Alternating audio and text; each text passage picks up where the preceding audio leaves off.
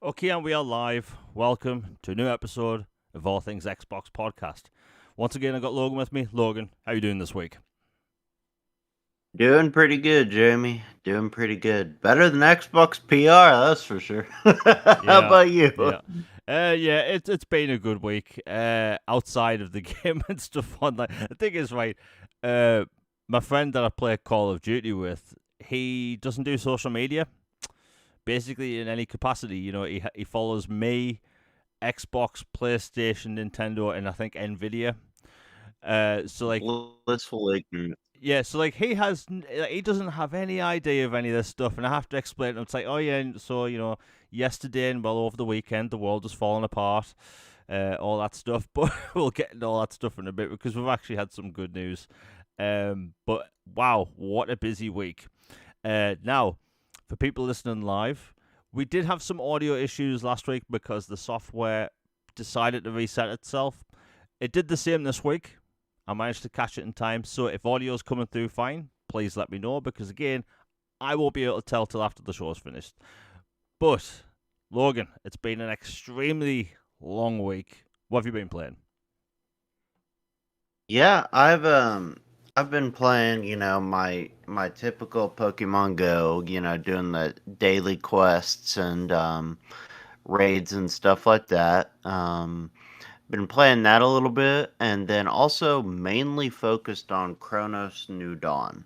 And for those who are unfamiliar, it is Bloober Team's basically IP, like their new IP that they made that is heavily inspired by Dead Space, Silent Hill, Resident Evil, the classics, the 90s, early 2000s classics, mixed with some Polish Soviet era dystopian vibes and setting, and some travelers and some other stuff just all thrown in.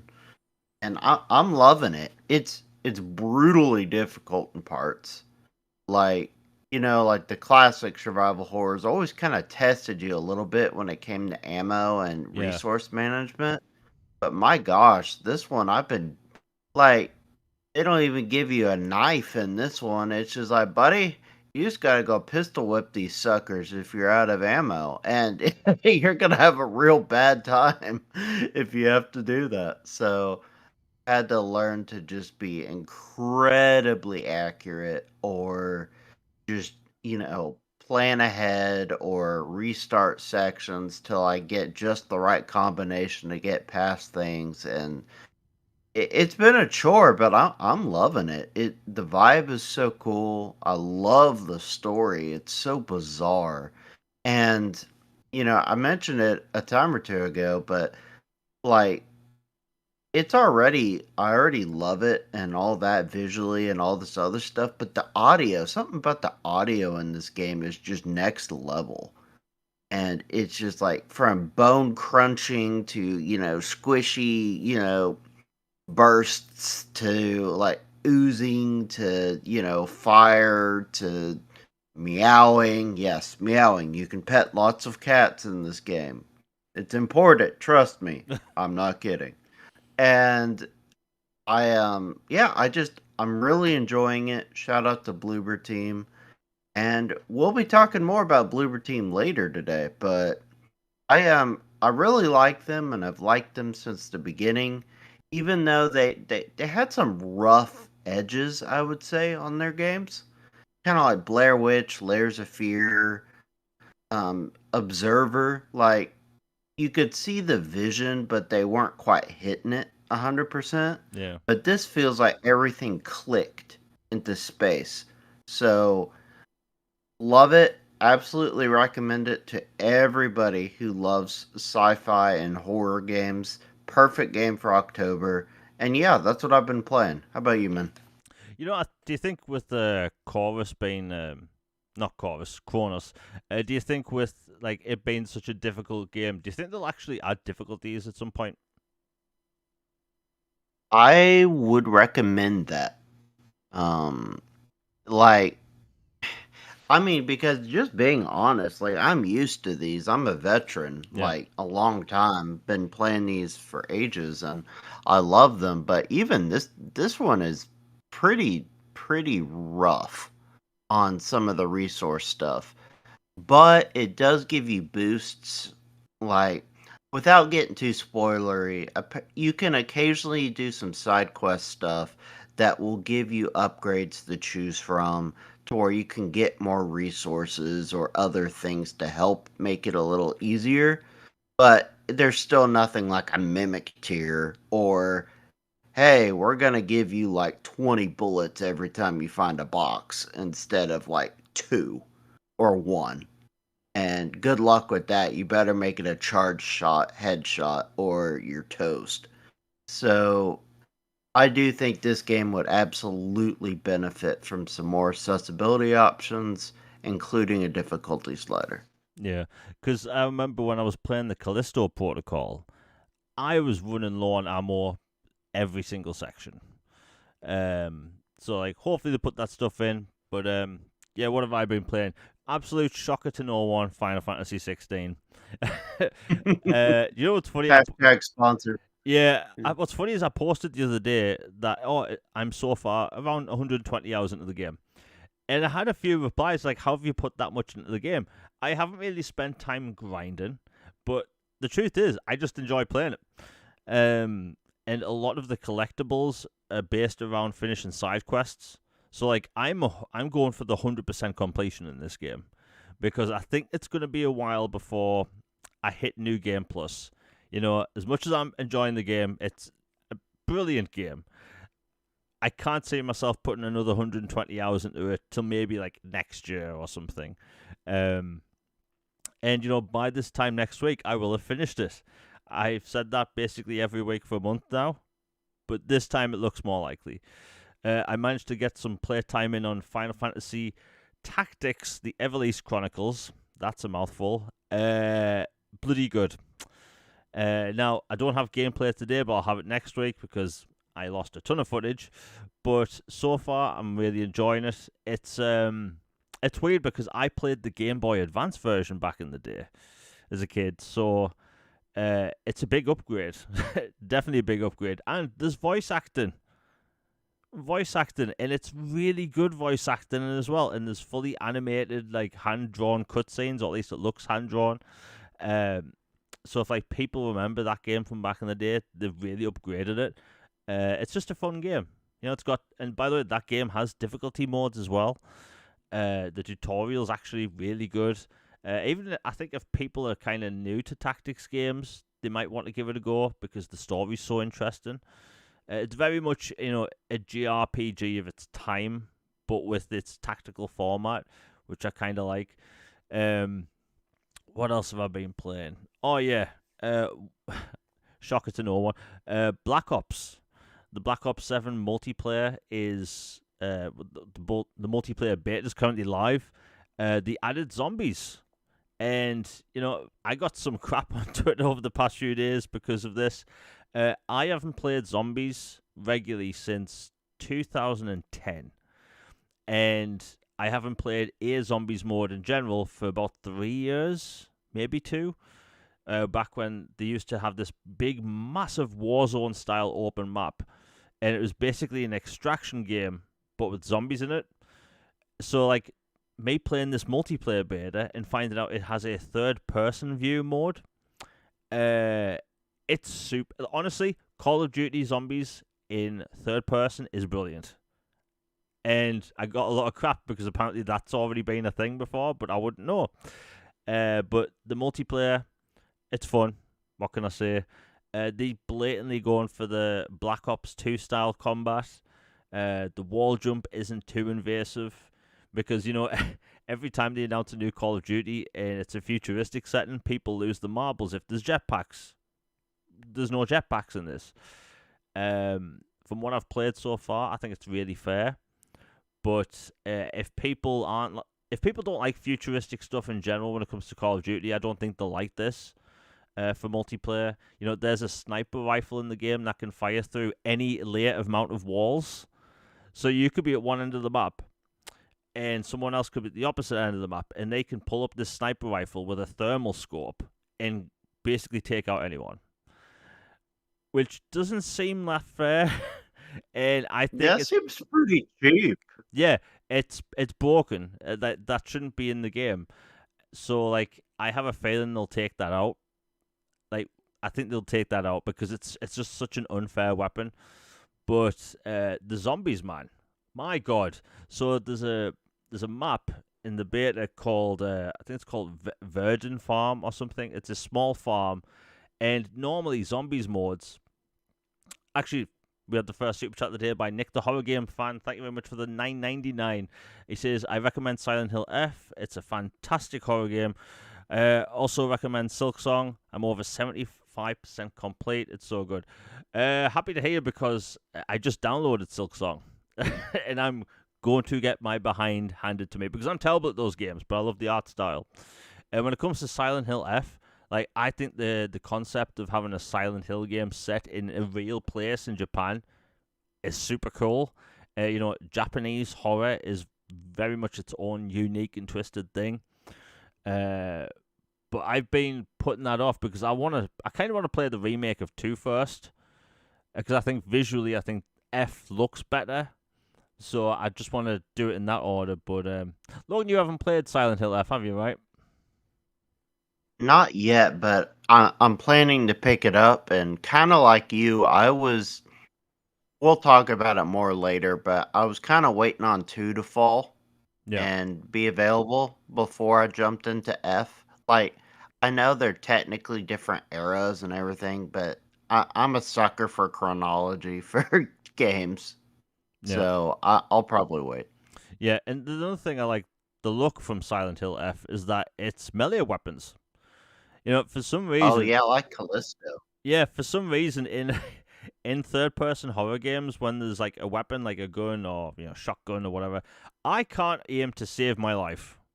For some reason, as someone that plays third-person shooters all the time, I just can't aim in horror games. Maybe it's because I'm a scaredy cat and it's like I'm flinchy, but the fact that it's melee weapons and there's axes, there's it's a very, from what I've seen, and when I was covering the game on an upcoming game video last month, I had to try and cut out as much gore as possible for the video. Let me tell you, the stuff I had to cut out from that clip from one of the trailers was horrifying. But I will be getting to Silent Hill F at some point. It looks fantastic, but thanks for the $9.99, Nick. And Silk Song, well, let's just say I'm going to get my behind handed to me because roguelites, I'm not good at them. I'm not good, but the art style is beautiful. Yeah, so I'll put myself through it. But Final Fantasy 16 was great. Warzone, had fun with that. Turns out I've had like 85 wins altogether, which don't know how the hell that happened. But the multiplayer beta for Warzone Zombies, not Warzone Zombies, Black Ops 7 Zombies, in third person, it just works. It shouldn't work, but it does. And it makes me wonder, like, will we ever get a third person Call of Duty game? I think that could work. I would love to see this third person camera mode in the campaign because, man, it just plays so good. And I actually tried going back to first person camera mode for zombies. I couldn't play it anymore. So, like, my brain is so much adjusted to the third-person camera view for zombies that it doesn't work in first person anymore, which I never thought would be a thing, but I've had a lot of fun with that. And if people want to get on to that game, if you get to level 30 by the end of the beta, you unlock a bunch of cool weapons for the full game, and the whole game is going to have universal progression. So when Black Ops 7 comes out in, I think it's the 18th of November, it's somewhere around then, basically you're going to get battle pass progression inside the campaign, zombies, regular multiplayer, battle royale, all that stuff, which I love the sound of because guess what? Sometimes I just want to play something like zombies now. And I don't have to play games with the sweats where, people are no-lifing it to get the battle pass points. That's not a thing anymore for me. Thank God, my God. Do you know how much of a relief that was? like we're gonna have end game content in the campaign. Like, so we're gonna have the traditional 12-hour campaign for Call of Duty. You know, the campaign, and it's gonna feature co-op, but you're also gonna have missions you can do with friends afterwards, which I just think is a really cool concept. Like, Logan, you're looking forward to the campaign, right, of Black Ops 7? Oh, 100%. Like, I am one of the dozen people who plays Call of Duty for the campaigns predominantly. Yeah. So, yeah. Yeah, I mean, it's going to be a fun game. I know people at the minute are doing the whole Battlefield versus Call of Duty thing. I don't really like that. You know, I think people are going to like both, and I intend on playing both. You know, I think the only downside for me is that I don't play multiplayer like I used to. So it's like, do I want to spend £70 on a Battlefield game that I'm only going to play the campaign on? That's the only downside. So, and I think there's a few people that's going to be in the same boat as well, because you know the battle royale mode in that game, it isn't free. The multiplayer isn't free. So we'll see what happens. I think both are going to be popular. But anyway, that's what we've been playing. It's been an extremely busy week. And you know what? Let's get into all the juicy topics, because we've got some juicy ones. You know what? I'll quickly go over this because it's kind of what I've just been talking about. And that is Call of Duty Battle Pass stuff. This is the part where everyone falls asleep, but I just want to talk about it quickly, because normally you get the best skins in the game by paying for them, which I'm not the biggest fan of. I refuse to pay full price for skins. I've refused to buy skins in general. It's not that I'm cheap, it's just, you know, the way they're doing the crossover now with skins, like if you get a really cool skin in one game, it won't work in another. So it's put a lot of people off. So there's that. However, there's a Predator style event coming up for Halloween, where there's going to be a Predator in the Warzone map. And basically, if you do the Battle Pass, you're going to unlock Predator skins, which look phenomenal. And as someone that refuses to buy skins in that game, if you have the Battle Pass, you're going to be getting them for free, which, hey, for me, that's really cool. And now everyone else can wake up, because, you know, Battle Pass talk is kind of boring. Anyway, let's get into all the topics. Oh, I know Logan will like this one. So Logan's Half-Life 3 is about to come out, because Power Wash Sim 2 finally got a release date, and now, Logan, you love these sim games. What do you think? Because as soon as I saw this on my feed, I thought, okay, you're going to love this.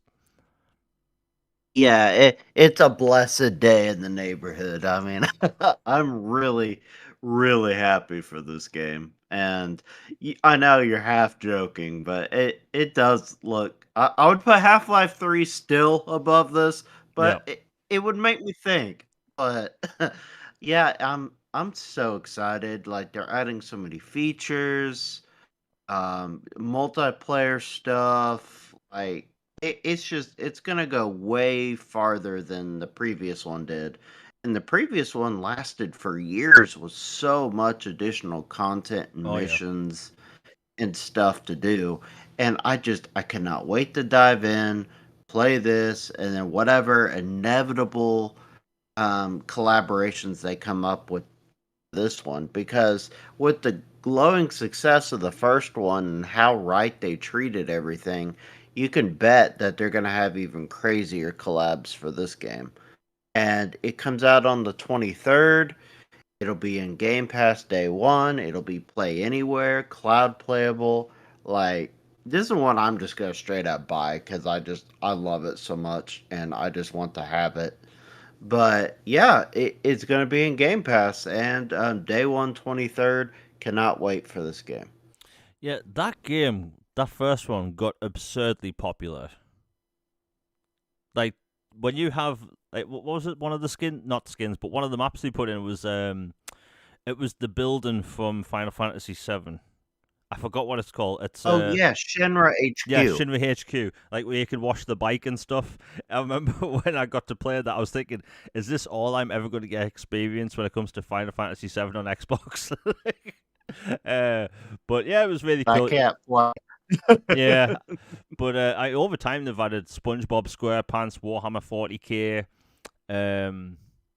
I mean they've added a lot of different things, but like that game, Shrek. yeah, Shrek. Like that game sold a crap ton, like multiples of millions of copies. And some people will laugh thinking, "Oh, it's a sim washing game," but like I think it kind of just I don't know what to say. It's like if you look on YouTube, there's videos of people power washing like carpets and stuff, and they have like millions of views because people find that really relaxing.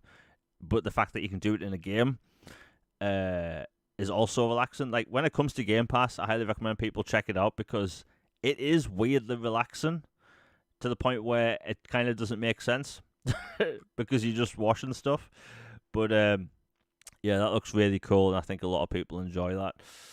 Anyway, Yeah, it's my de facto podcast and music yeah, game that I'll just be playing while I listen to something in the background yeah. to chill. And I can imagine that being a really good game to play on the go if you have like a ROG or a Switch or something like that. Actually, I bet that's going to be one of the first things you fire up on that, right? You betcha. Right. You know what, Logan? I know you want to talk about this because apparently there's been some game delays. Yes, there's been a few game delays. Mina, I can't remember what the last part of it is, but the game from the Shovel Knight devs, and it involves a mouse, a cute little mouse heroine. It Mina something. It's been delayed an indefinite amount of time, which no problem. I trust their work. Yacht Club does great stuff. I Shovel Knight is one of my favorite games ever, indie games. It's awesome. So take your time, let it cook. There was that one, and then another one or two within the last day. For some reason, I'm drawing a blank, but within this week, there has been two or three noteworthy delays. Like small delays, but delays nonetheless of some indie games. But that just shows you just how packed this year is. And anybody who says there's nothing to play is um on something because there's so much out there, it's ridiculous. Yeah, yeah. See, it's called Mina the Hollower. Yes, Um, there you go. Thank you. yeah, I mean it's that time of year we're gonna see a lot of delays because like this next couple of months it's absolutely stacked. Like absolutely stacked. Like January's gonna be stacked as well. February. Like looking at the list of games coming out, basically, developers are gonna find they're gonna find it really rough to try and get their games out before April next year. Because there's so many big games coming out. Like it's a feature on the channel of upcoming games. I already have lists, like full lists for the next 5 months, right? And for like smaller games like this, they need more time to themselves. So like I can understand some games being put off for, quote unquote indefinitely. And we're gonna see a lot. We're gonna see it a lot more often over the next couple of months. A lot of big games, a lot of small games getting delayed because big scary Grand Theft Auto 6. By the way, I 1,000. Yeah, there's not enough time to play everything. That is a big problem. You don't want to make these like this month and last month the 20 biggest new games coming to Xbox. Like there's some really cool games there, but like to spread them out over a month, like you're gonna have to be playing the game basically all the time, every single day, a different game each day. But like there's so many cool games coming out that so many going to get overlooked. I think that's one of the big problems with these video game storefronts at the minute is that not enough games have enough exposure. Small studios don't have enough money to advertise these games. Same with AA. So a lot of games just get overlooked. It's unfortunate. And we'll see with like Grand Theft Auto 6 coming up, which I 1,000% by the way think is getting delayed. Not based on anything, but I just can't see Rockstar releasing their big game for the year in May. I just can't see it happening. Like that would. So how do you think they'll go about it? Do you think they'll wait till a month or two before and then go, we've made the difficult decision to delay this game for yada yada yada to this point? Or do you think they'll announce it well in advance? I think it's going to be well in advance. I think if it gets delayed, I think we're going to find out by December.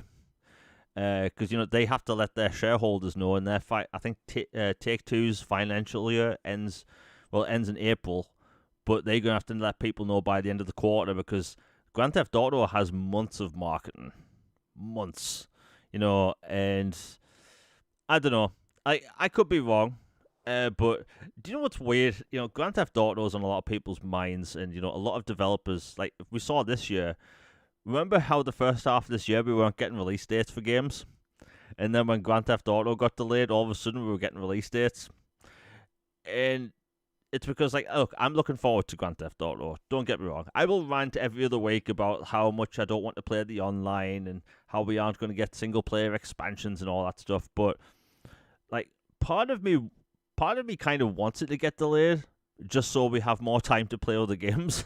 Like, I know it might sound a bit weird, but I feel you, man. yeah, when that game comes out, let's be honest, everything else is going to get everything else is going to get dropped.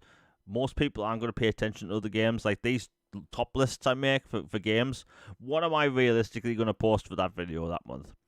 Am I just going to post literally one game, Grand Theft Auto, and I don't know, I'll post a video of myself drinking a pint for the rest of the 11 minutes, saying, oh, it's Grand Theft Auto this month.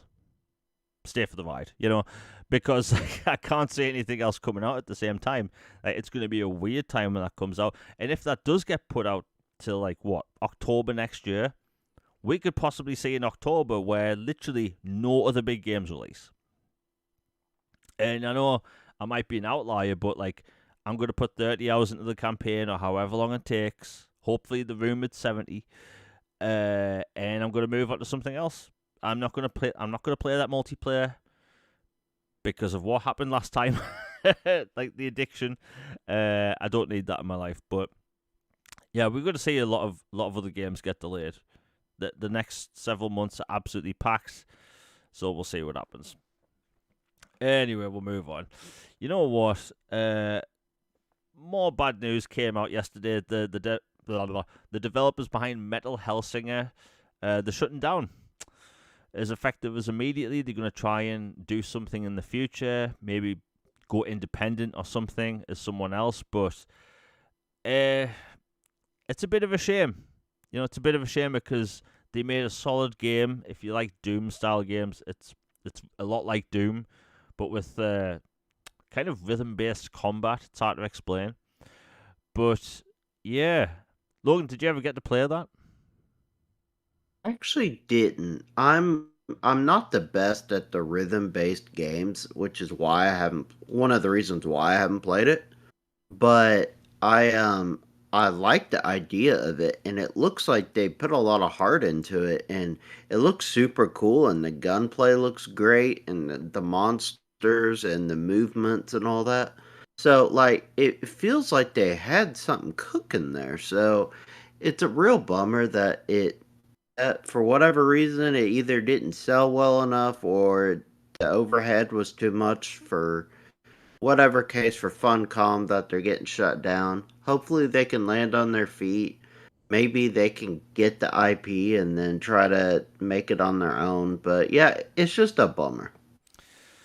Yeah, I mean, hopefully, hopefully these developers can form new studios and stuff because, Metal Hellsinger, it falls into that weird category of it being a high-end AA game, we'll call it.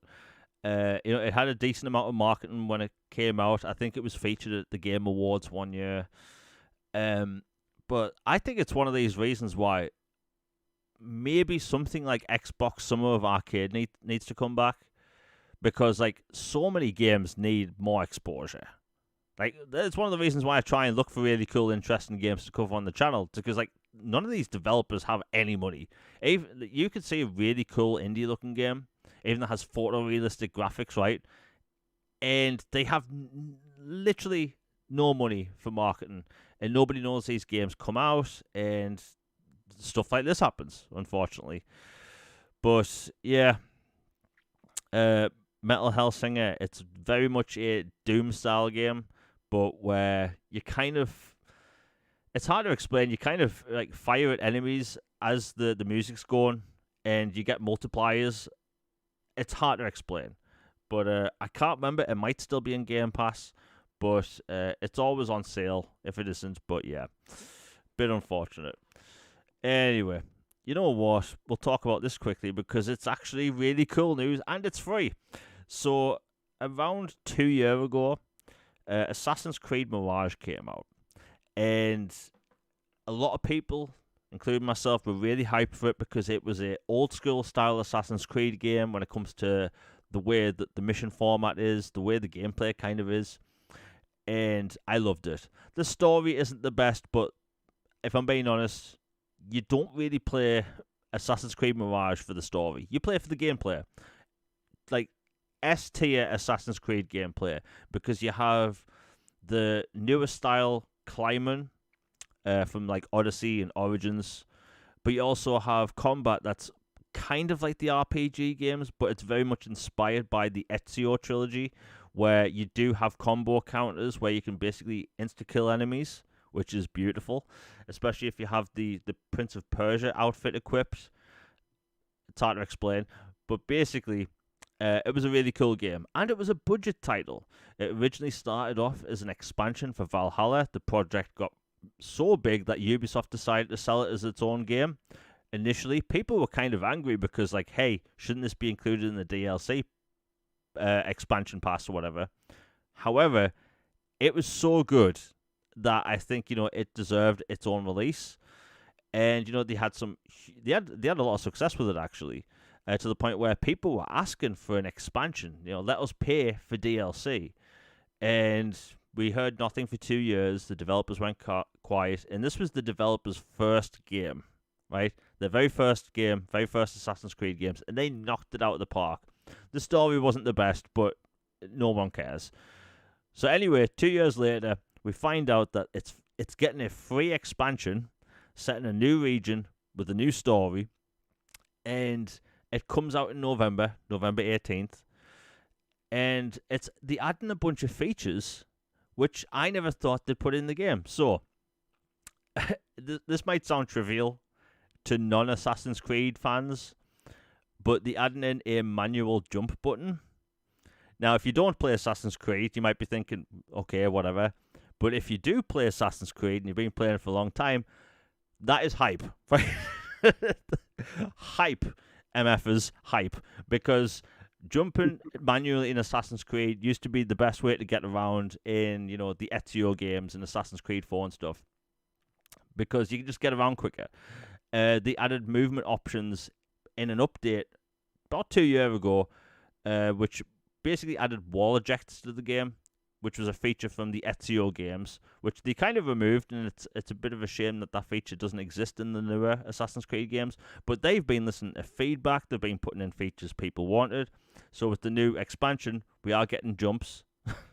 It sounds really sad that I'm hyping up a jump button, but trust me, it'll work. They're putting in filters, so if you want the game to look like Odyssey or Origins, you can play it that way, which is really cool. And just a bunch of new movement options, which kind of make the game play more like an Ezio game, which is Chef's Kiss. And also the climbing has been more refined, so climbing natural environment stuff such as trees and rocks and stuff, it's going to feel more natural. But when you're climbing buildings and stuff, it's going to feel more precise, like an Ezio game. So they've listened to all the feedback, and we're getting that in a new expansion. Now, for people that haven't played it, it's actually in Game Pass Ultimate right now. If you haven't played it, I highly recommend it. It's such a fun game, and you don't really have to play for the story. You're there for the ride. The gameplay is fun, and the throwing knife mechanic has to be the best mechanic in the game. It's so much fun. Logan, I know you haven't played Mirage yet, but what do you think of it getting a new expansion as well as all of the new movement stuff?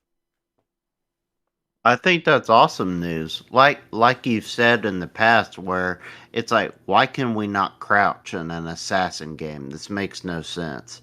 So adding a jumping feature is great. The other things as well. I haven't played Mirage yet, but I have it, and this will definitely be a reason to jump in with the new expansion content. And I always like to see good games get more content or some kind of like unheralded titles get another look. So this is all good news to me. Yeah, I mean, look, I'm aware how crazy it sounds. Like, look, we adding a jump button. Hooray! It's the best thing ever. But trust me, right? When they announced they were putting a jump button in Elden Ring, my first thought was, "That's amazing." Someone that I played. know, because I'm tired of stone boot protagonists Yeah, in these RPGs. I'm like, dude, I'm fighting this foot dragon thing breathing fire down my neck, and you're saying I can't jump out of the way? Are you serious? yeah. I mean, every time I played Dark Souls one or three, let's not talk about two, but like, I always wanted to jump, and that when they added a jump button, like before the gameplay was shown off, a day before it leaked on Twitter of a dude just jumping on a rock. It was like a 4 second animation. That was it. And people lost their marbles online because they were getting a jump button. It sounds so trivial because it is, but it's a complete game changer. And for Assassin's Creed, it's just a feature that we used to like. Um, it does point to me that Ubisoft are really looking at making more, I want to say, older style Assassin's Creed games, because apparently Assassin's Creed Shadows was the last RPG game in the franchise, at least for the foreseeable future. I mean, this kind of points towards that being really true if they want more old school style games. We were meant to be getting the what do you call it, the remake of 4 at some point. So I can imagine that's going to have a bunch of the And old. hacks at some point. Yeah, which is it's really cool. I'm all for all the stuff, and Ubisoft, they get a lot of crap. However, as someone that plays a lot of their games, they listen to a lot of the feedback. They added a bunch of features in Avatar: Frontiers of Pandora, which I never thought they'd add. Lots of cool quality of life things, even just upgrading animation so the game doesn't feel as stiff. And like, look, multiple years after release, this is getting an expansion, or I should say a free expansion with Assassin's Creed Mirage, and you have Avatar getting a yes, it's a premium expansion in December, but like that's following on the events of the new movie, and it's getting a third person mode. So the fact that Ubisoft's going into multiple year old games and giving them like fresh coats of paint with like DLC and features, I think that is the best way to do it. Like, it really is. Like, show your games some love, and there's so many games they can make even better. Like, I 100% think this. I think the third person mode for Avatar is going to make that game sell. Because, yes, is it cool that you watching the world from, the eyes of a Navi in this game, right? But before that game was even shown off with gameplay, everyone just assumed it was going to be third person because it was Ubisoft. So like new coat of paint this year. It's coming out around the same time as the new movie. I think it's going to do really well. Like, Logan, do you think this third person mode and expansion for Avatar is actually going to move the needle? I think it will for some people. Like, we hear all the time that there's a certain subset of gamers that prefer third person in general for their adventures and other things like that. So this naturally would align with that. And, I've always liked it when I could toggle between first and third in some games. Yeah. So, yeah, this is like, you know, pun not intended, but it is like a whole new perspective to the game. So, I'm looking forward to it. Yeah.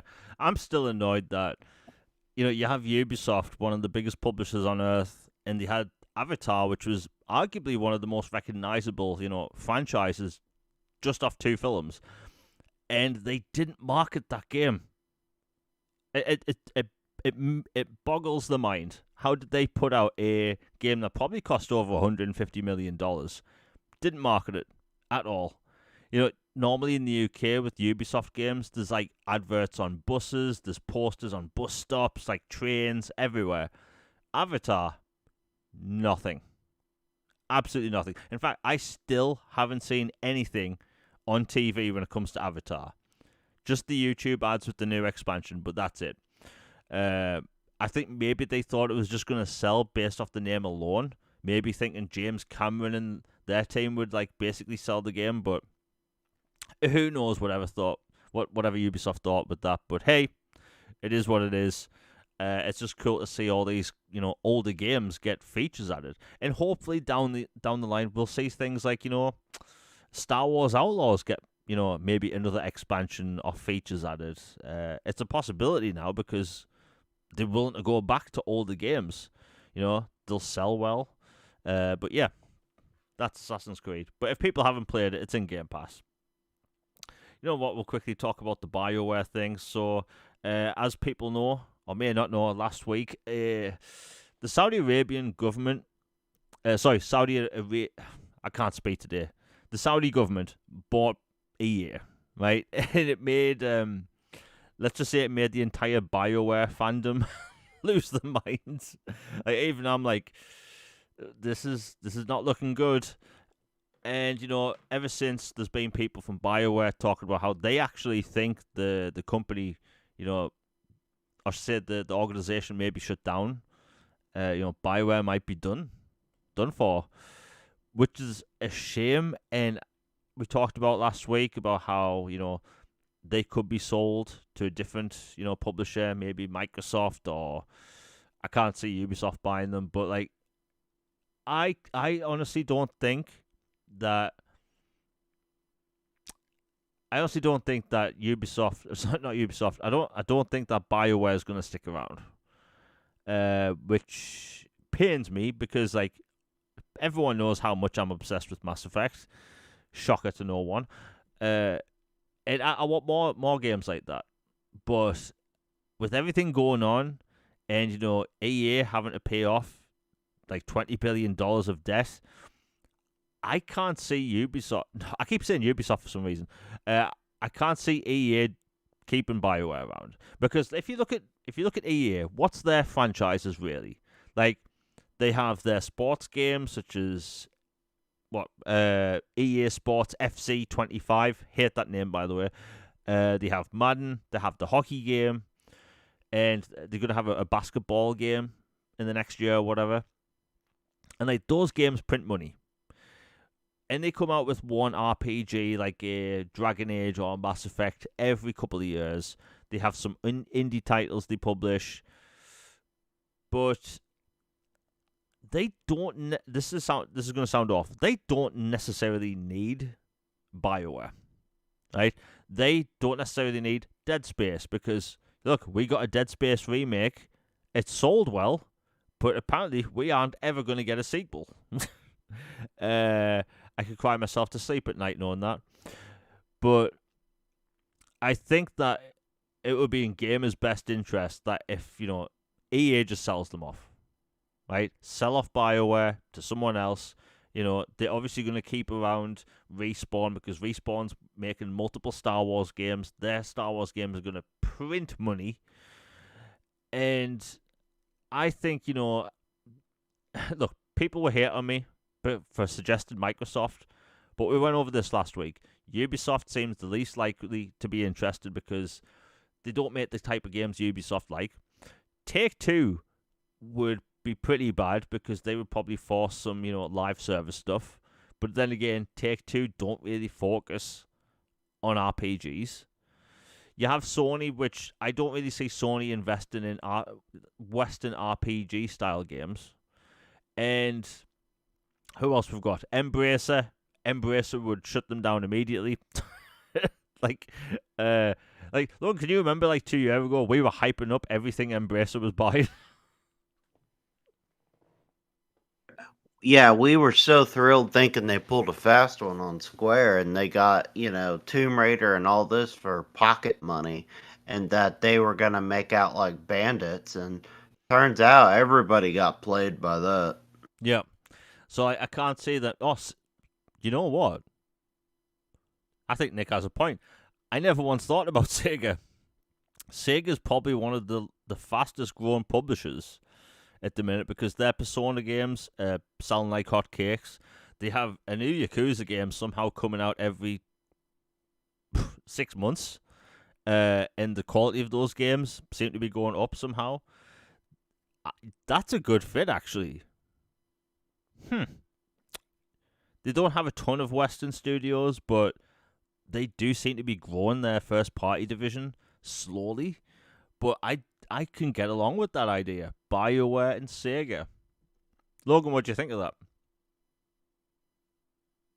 I like it. It's a good fit. It's not one I would have thought of either. I personally I think Microsoft would be their best bet. Maybe Atari because they're starting to branch out and try to add different genres, and they've shown a good approach to letting studios do what they specialize in and respecting older stuff. And then I could see a Sega as well, or Amazon because they're so invested in the TV show that they don't want it to flop with a series being dead, essentially. So those would be kind of my guesses. But, like, honestly, I'm not so sure that the new EA leadership would sell them off for parts or sell off IP. I kind of think if something were to happen to BioWare, it would be they just go bye bye. But um, I would hope that they'd get sold off along with their IP. But again, we don't know how this new leadership will operate with a gaming entity like this, so I guess we'll just have to see. Yeah, I mean, look, I do think you're right about EA wouldn't sell them because holding on to IP is what companies want to do. Like, like let's say EA sells BioWare to me somehow, and somehow the next Mass Effect game sells 20 million copies. It's the best selling game of the year. It makes like $1.8 billion in the fiscal year, right? EA would be pretty angry, right, that they let go of that IP. So like, that's why these companies hold on to IP and do nothing with them. Like I think it's annoying when companies do this because like I've been wanting Mirror's Edge to come back properly for years. It will never happen. You know, Dead Space. EA should just completely get rid of Dead Space. But do you know one of the reasons why they won't? It's because it's an IP they can milk off the stupidest things. Do you know what went live today? In the new Skate game, there's a $40 skin pack for Dead Space. Absolutely egregious. I don't get a Dead Space game, but I can have a Dead Space skin in Skate. Like, what are they doing? But we'll see what happens. It's just maybe I'm a bit of I'm at a crossroads, right? Because I accepted years ago, like pre 2020, that Mass Effect was done as a franchise. Yes, I'm in the coping stage now, but like I accepted that Mass Effect was done as a franchise because when Andromeda failed, the franchise was put into quote unquote hiatus. And like I lost my marbles, right? I lost my mind. I'm like, oh my god, what's happening? My world is like falling around me. But I kind of accepted it over time. And then we get that announcement for Mass Effect Return, and it shows you Liara in that trailer, my space wife, and they announced the remaster of the trilogy, which is the best thing of all time, and that gave me some hope. That gave me some hope for Mass Effect. And now I'm just like, you see, like, BioWare, the A team that we used to know from Mass Effect 2, 1, 3, they aren't there anymore. We saw everything that happened with Dragon Age. We don't need to talk about that again. But the fact that, you can look at BioWare and think, well, that's not that same studio. It's not the same people there. They have some brilliant writers working at BioWare now who worked on Deus Ex, by the way. So, like, the writing's in good hands, but, like, I don't necessarily trust BioWare with Mass Effect anymore, which is it's a bloody shame, really. Do you know I'm typing right now on a Mass Effect branded keyboard? Shocker to no one. But like I love that IP.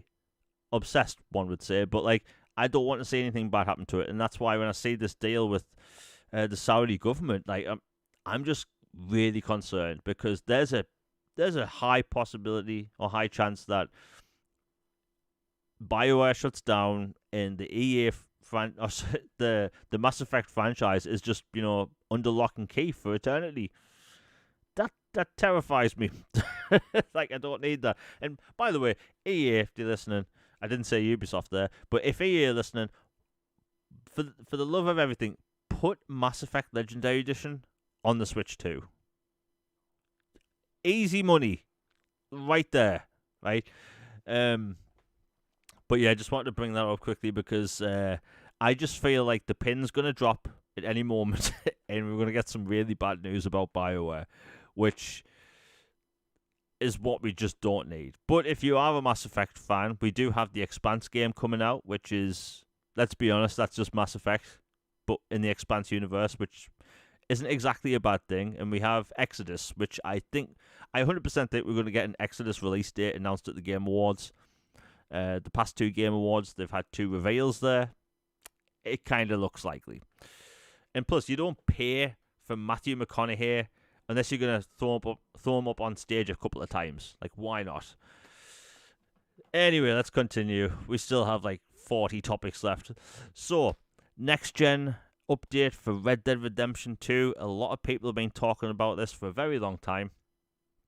And normally with this type of thing, I don't want to cover it because it feels like it's a made-up rumor we've heard for years. However, there's a bunch of things that have changed over the past week, which kind of makes it look more likely than ever. So, like the Oblivion remake, some Steam database stuff has changed behind the scenes.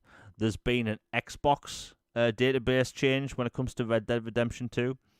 And also, Red Dead Redemption, it's coming up to its anniversary later this month.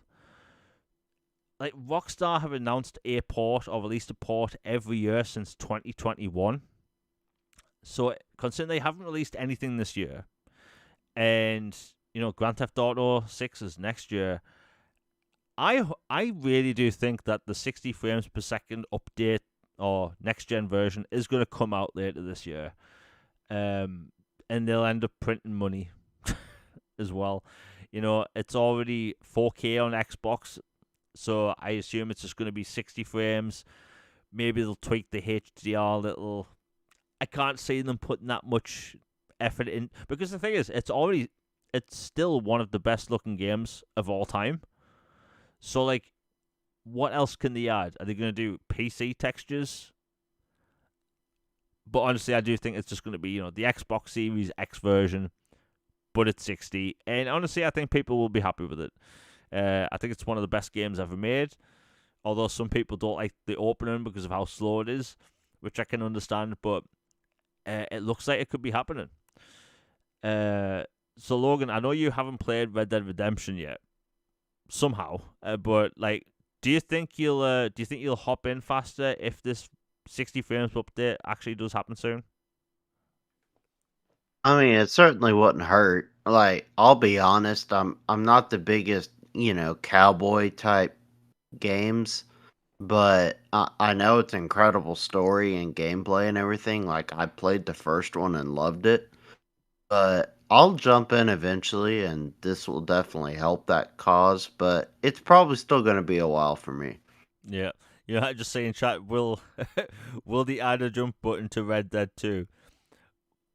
I get what you're going at. Like, the thing is, this new version, it's just going to be some minute changes. Like, yeah, 60 frames is good and stuff, but I can't really see what else they're going to add. They don't really need to add anything. And, for people watching live, there's Red Dead gameplay at the minute, and if you wonder why does it look slightly brighter and more colourful than maybe when you played it, it's because the game has this default HDR option, which looks fine. It looks kind of realistic. However, if you go to the HDR settings on Red Dead Redemption 2, there's a mode called Game, like Game HDR, and it makes the game look colorful, vibrant, and it makes an already beautiful game even better. So like, I understand what they were going for with the default option because it gives the world this sort of gritty tone, but colorful like the way I've been playing it, at least the last time. My God, it's still one of the best looking games of all time. The cinematic HDR isn't the best. However, the game HDR listing, it's bloody stunning. But yeah, we should be hearing about that in the next couple of weeks. And for people that haven't played it, including Logan, my God, get on that game.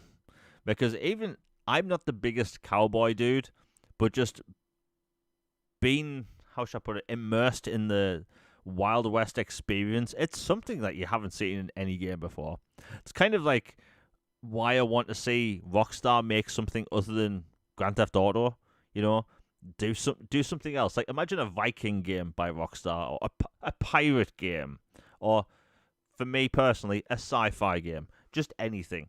I don't want to see Rockstar, which they already are, turn into this. We're going to get Red Dead Redemption 1 decade, and we're going to get Grand Theft Auto the next decade.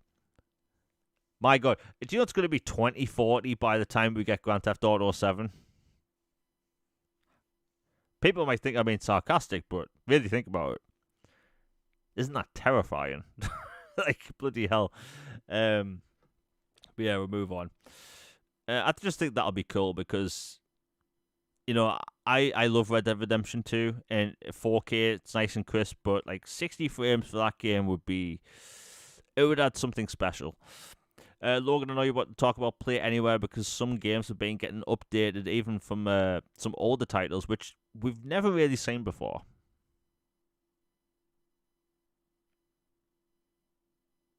I think Logan's got muted. Logan, are you still there? Oh, I think we may have lost Logan. Yeah, Logan, you might have to jump out and back in again. Discord, it messes up. But yeah, Play Anywhere. Some titles get upgraded to Play Anywhere, even though they've already released. Hogwarts Legacy, which is now in Game Pass Ultimate. And by the way, if people haven't played Hogwarts Legacy, please do. It's such a good game. And the fact that they adding, Play Anywhere, my God. So if you've, pre-ordered one of those ROG Xbox Allies, that could be one of the first games you fire up because bloody hell, that is such a good game.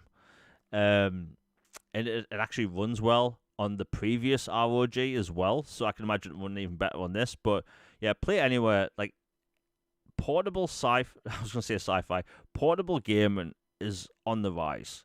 If you go back 5 years ago, nobody outside of Nintendo was really doing handheld stuff.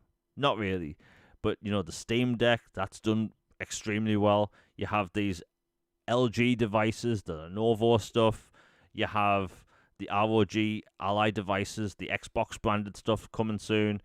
Like, the PC handheld market is growing like super quick to the point where, Sony are considering doing native next-gen handheld hardware, and Microsoft is as well. So, like, that's how much handheld, let's say, tech has came over the past couple of years. Yeah, Bully 2 by Rockstar. I would love to see that. Anything by Rockstar. Hell, I would take a Table Tennis 2 game. It would sell about 5 copies, but I'd be one of them. But yeah, the ROG stuff, like, Microsoft's been preparing for this for a long time. Like, Play Anywhere has been around since 2016. And I don't really game on PC. I play 2 games on my PC, one of which is Human Fall Flat. Most people will probably know why I play that on PC. And the other one is Homeworld Remastered Collection. And if people haven't played Homeworld Remastered Collection, my God, you've missed out. And what I would do for a console version of that.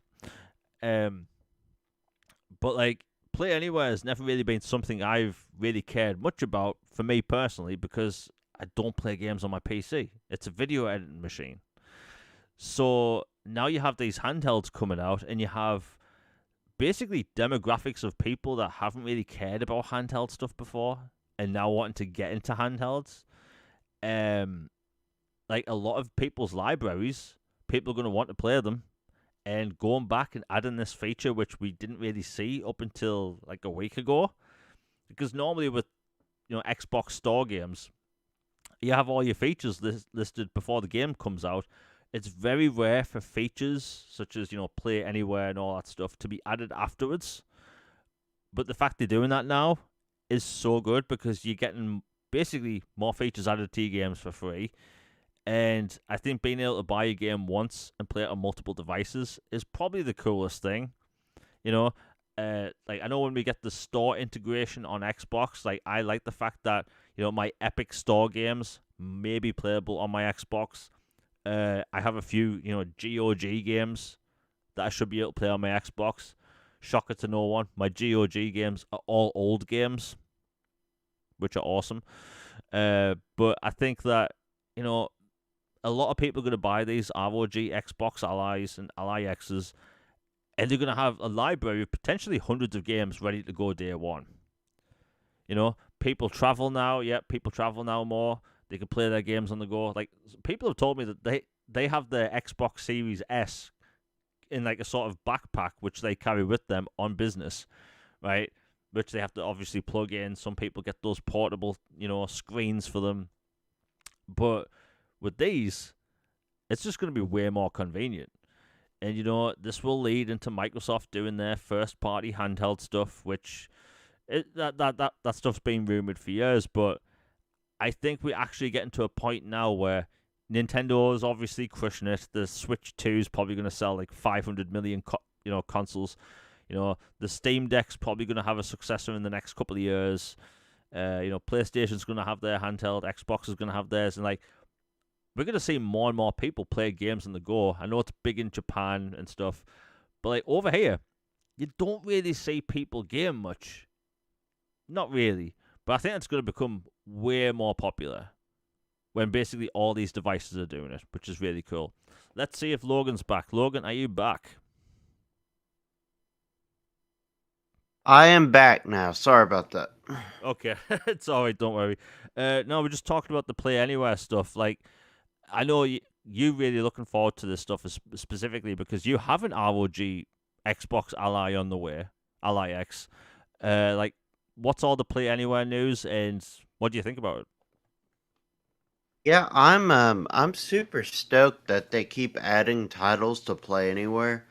Like most of the big stuff going forward from Japanese studios, particularly Square, have been Play Anywhere. Randomly, their remaster remake of Tactics isn't, but everything else has been. Very great news, and they're retroactively adding titles too, like Hogwarts Legacy, 2.5 years later. So, if there's a game you want for Play Anywhere, request it, even if the game's been out for a while. They'll listen. Yeah, and like with Hogwarts Legacy, that as far as I know, that team they've basically moved like fully onto Hogwarts Legacy 2.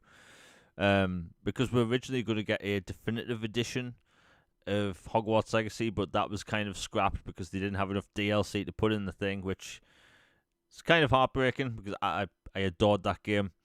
But it looks like, full steam ahead on Hogwarts Legacy 2. And, if people haven't played Hogwarts Legacy, my God. Like, if you're a Harry Potter fan, like me, grew up with Harry Potter, like, it's such a good game that no wonder it became the best-selling game of 2023. Like, you feel like you're in Hogwarts. Like, the only downside to Hogwarts Legacy is that there aren't enough classes, and you spend most of the game outside of the castle. Like, those are the only two things I could say that I don't like about the game. But other than that, like, it's a must-play experience. The wand combat is fun. And, the fact that they're going back and adding these features like Play Anywhere to a version that's been out for years. That's super cool. And like Logan said, just request these features.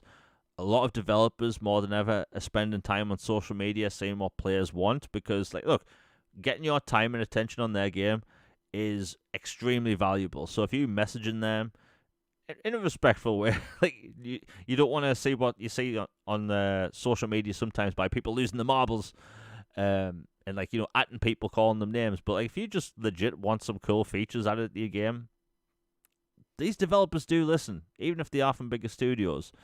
Hell, even the Switch 2 version, I think, is already out for Hogwarts Legacy.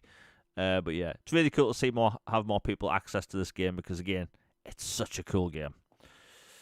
Anyway, let's see what we've got. Oh my God. When does your ROG Xbox Ally X arrive? It should be coming pretty close to launch day, if not launch day. So, 19th, around there sometime. Nice.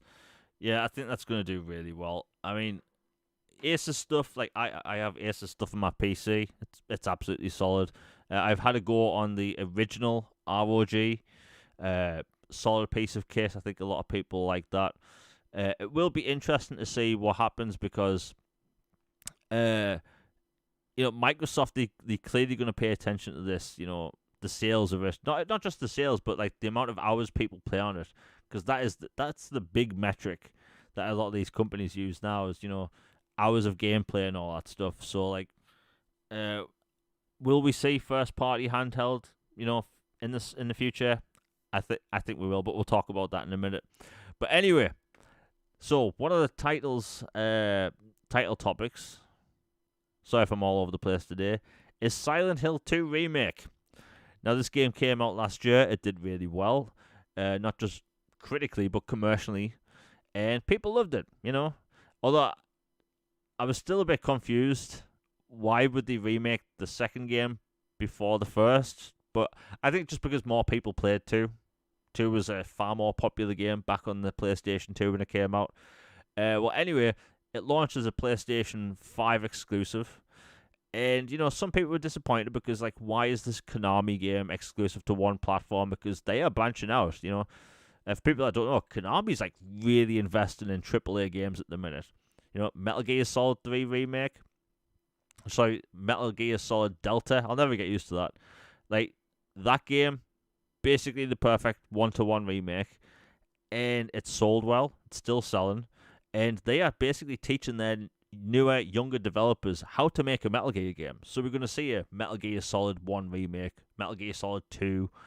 And, we are actually going to see Metal Gear Solid Master Collection Volume 2, thankfully.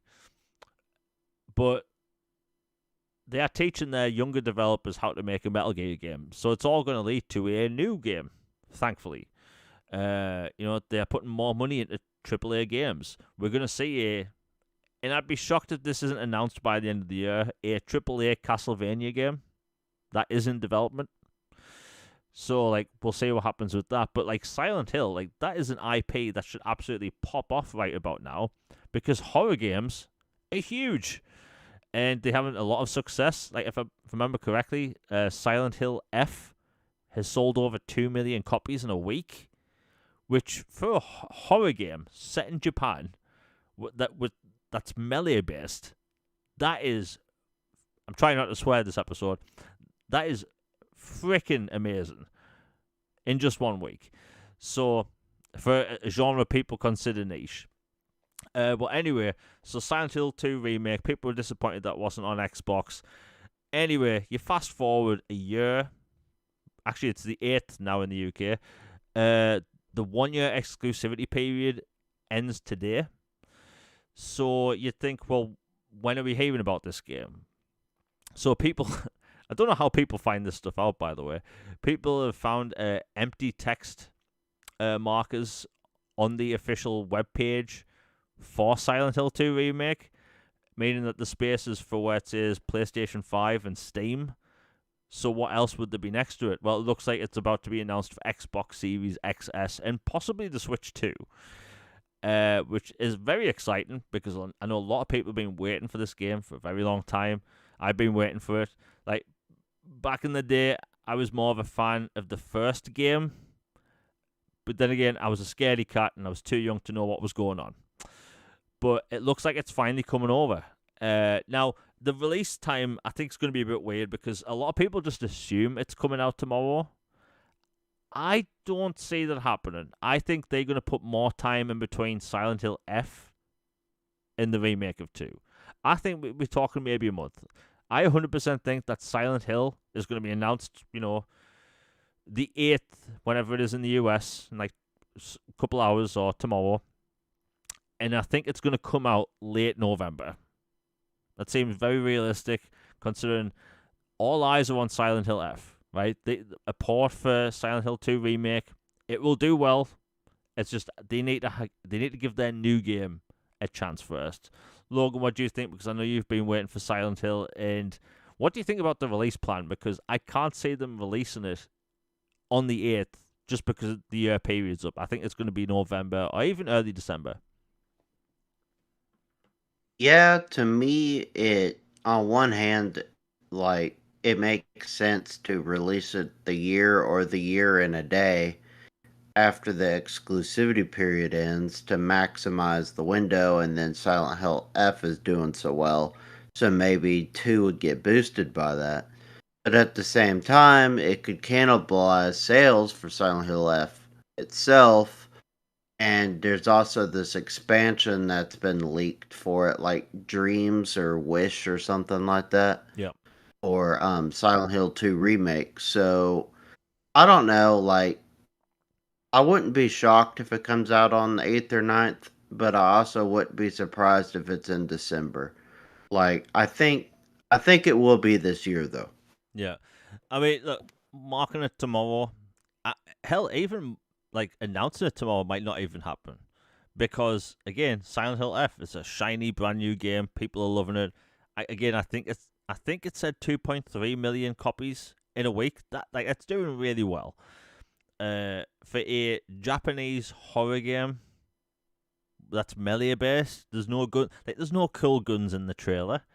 There's no shooting zombies in the trailer or whatever you call the scary nurses. Like, you don't really have that in this game, but it looks like it just works.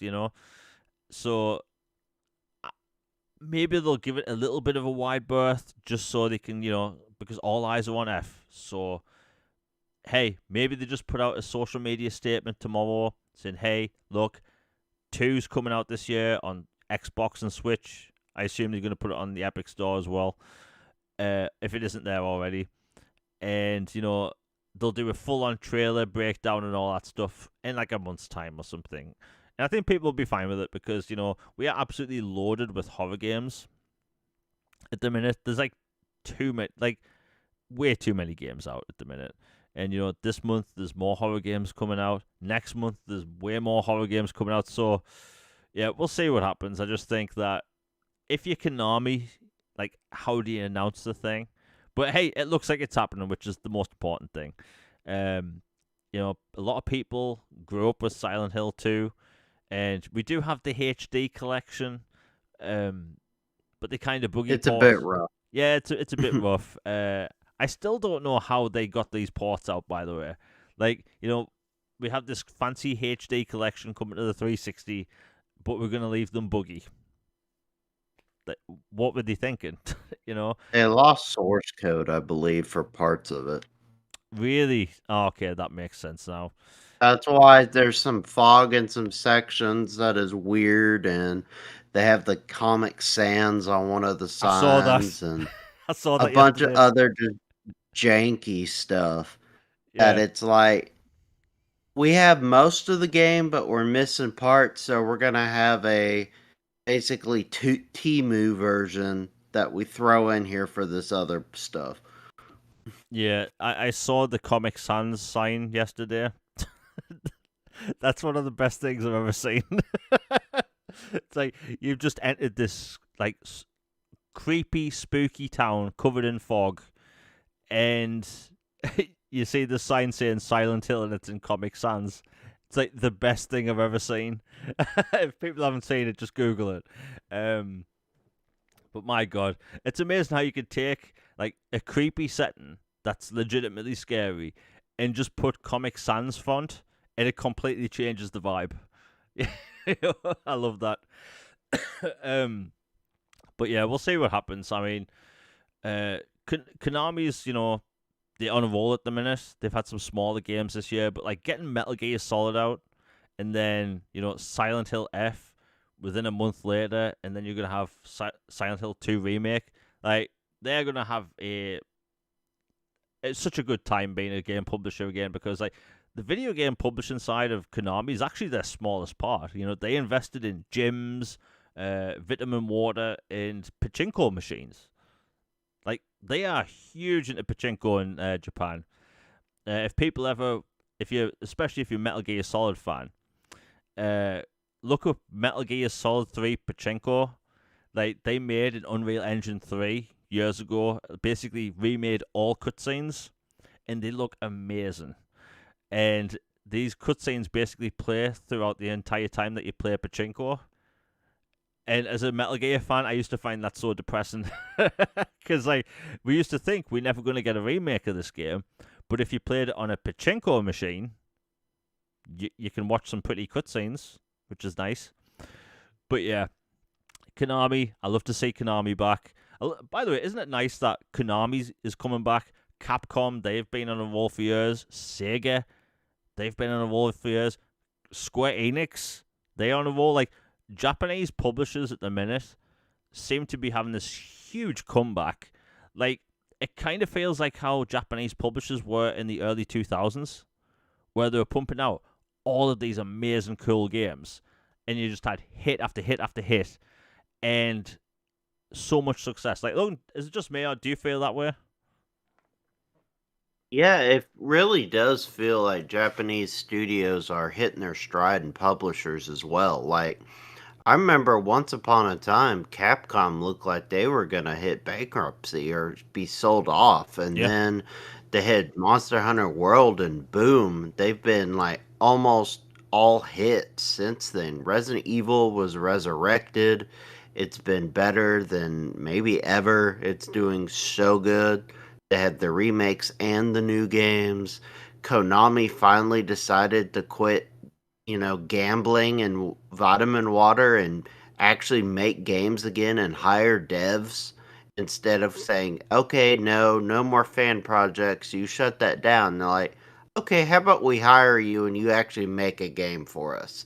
Like something I wish other companies would do as well. Bethesda does a good job. Shout to them on that. But there are a lot of other studios out there that to shut down something instead of bringing on the talent that clearly has a passion and interest in their genre and games. And yeah, and then Square is finally friendly with Xbox, like the most they've ever been. So, and then Sega has always been, reliable. So yeah, Japanese gaming is on the up and up big time. Yeah. And, you mentioned Capcom. If you go back 10 years ago, they were putting out these, like, little ports of, Resident Evil 4, 5, and 6. Not many, like, big new games. And then, they had Monster Hunter World, which, like, sold gangbusters. Like, that game sold incredibly. Like, that game sold out physically where I lived, right?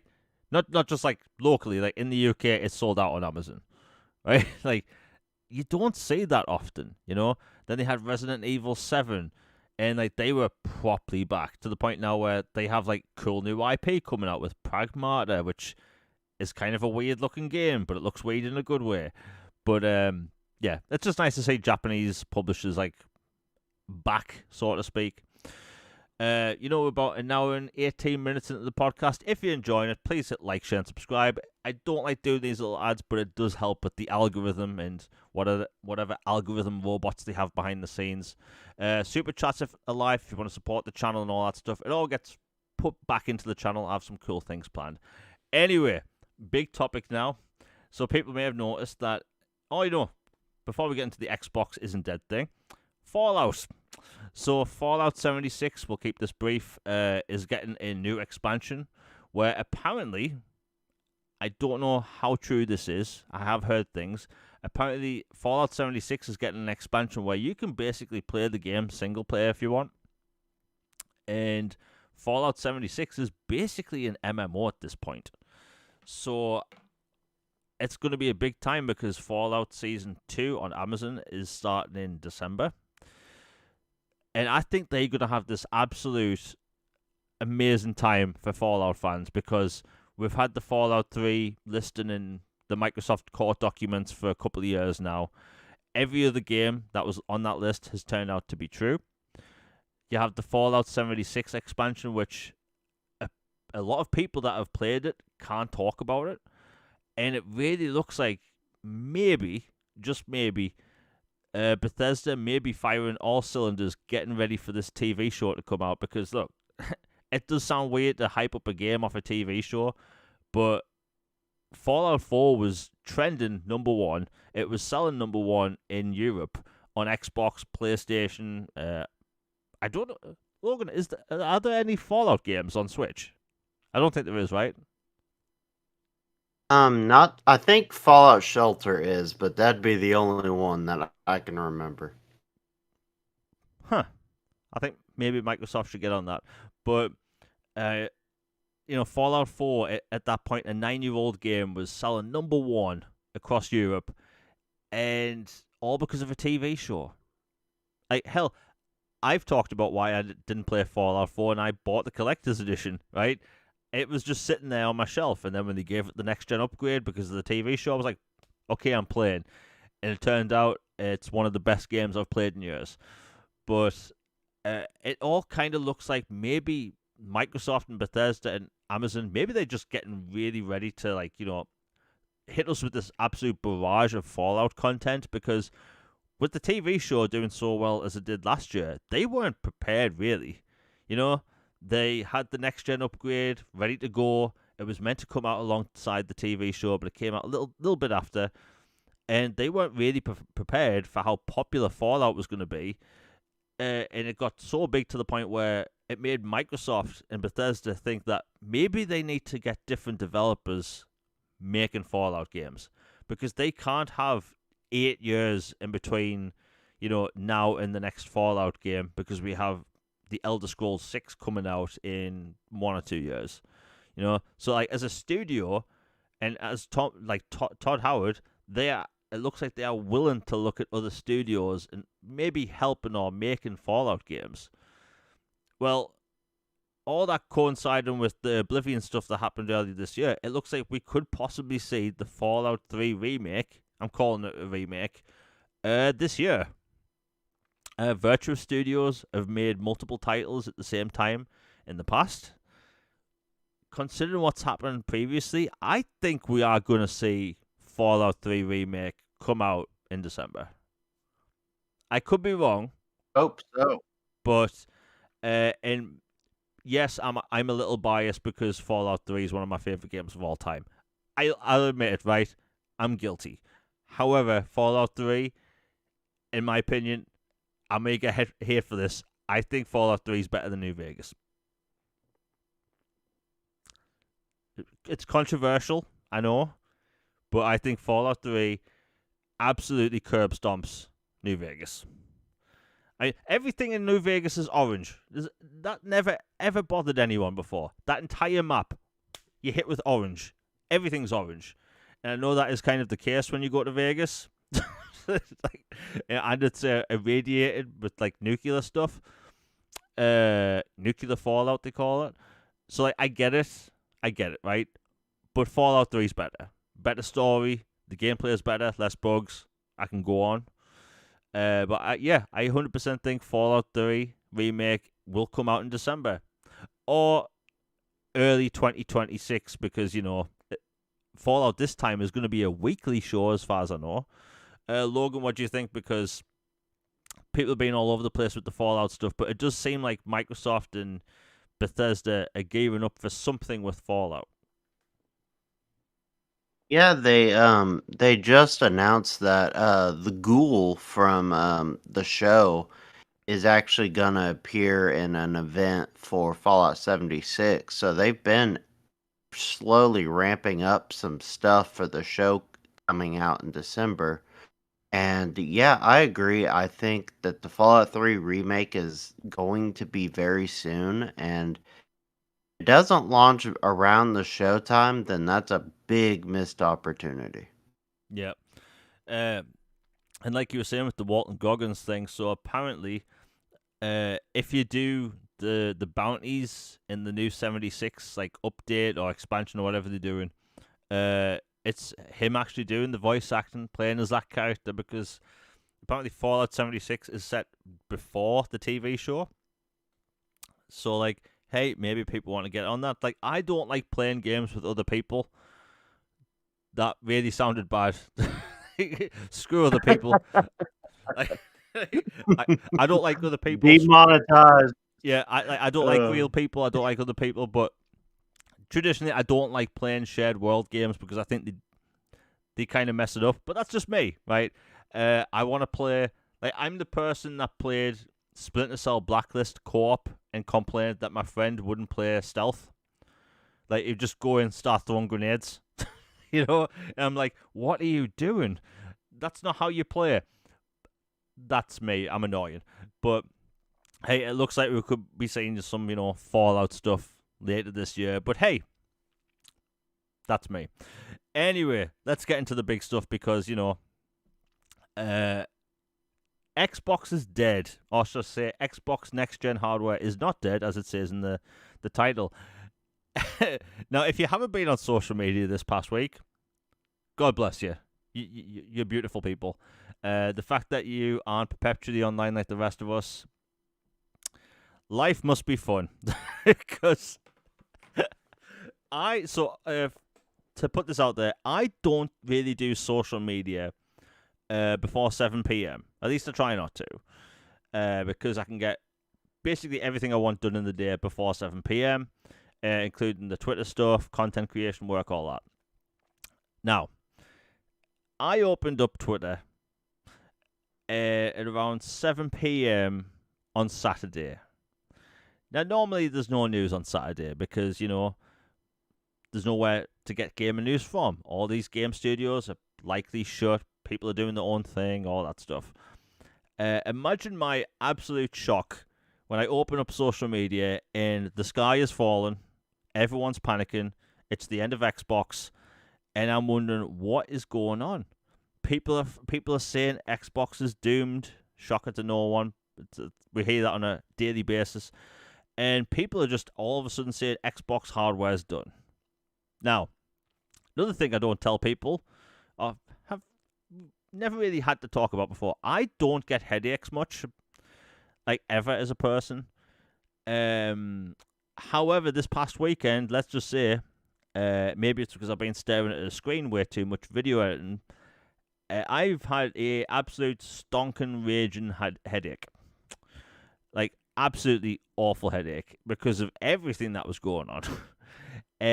People were losing it online. I saw people having, how should I put it, maybe mental breakdowns on social media over this past weekend, over video games. And for people that do have these moments where you do lose it over video games, I'd put the phone down, walk outside, and I could make some joke about maybe needing to touch grass. But seriously, if you take video games that seriously and that to heart, you really need to put the phone down and just go for a walk. Clear your head, do something different, read a book, go to the cinema, watch a movie, right? This daily barrage, for some reason I've said barrage 20 times today, this daily barrage of constant need to feed console war nonsense. And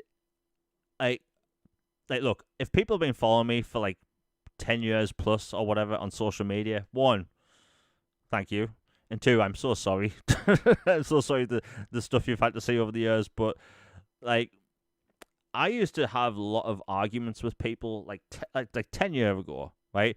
And I won't go into detail about why I had this perspective. I've talked about it before, but I just all of a sudden about 8 years ago just stopped arguing with people online, right?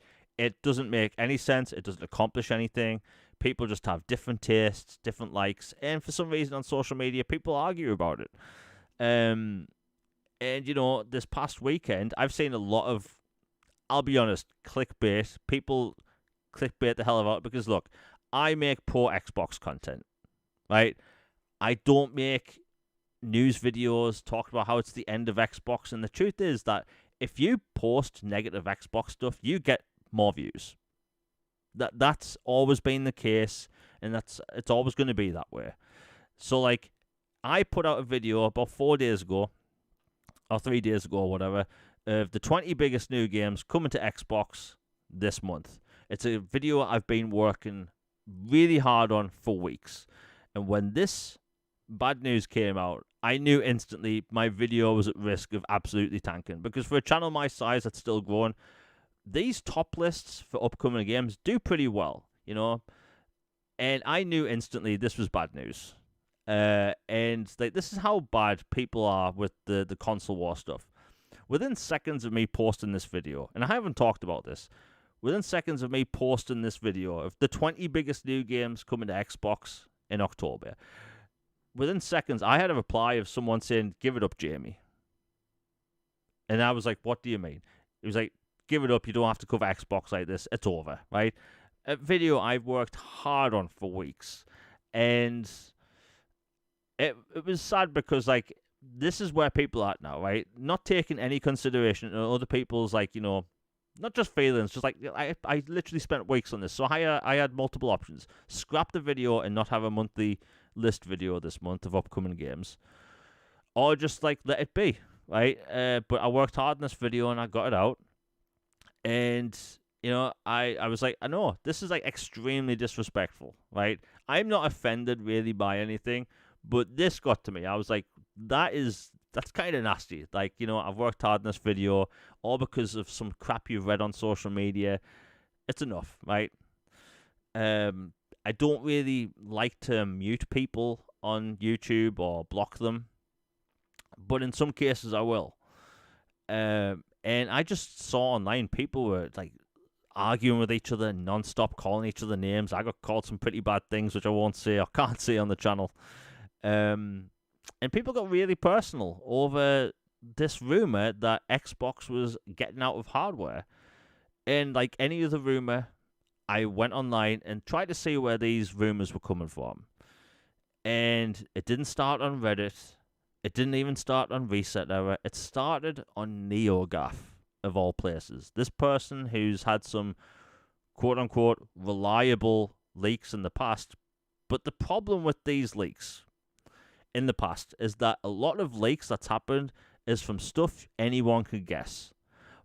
Everyone knew Microsoft was leaning more into the multi-platform stuff because they had done stuff in the past. Even I talked about how Microsoft, like, before the leaks happened last year, I said on this channel, I think Microsoft was going to put Sea of Thieves on other consoles because they maximized the amount of players they could get for the game and all that stuff, right?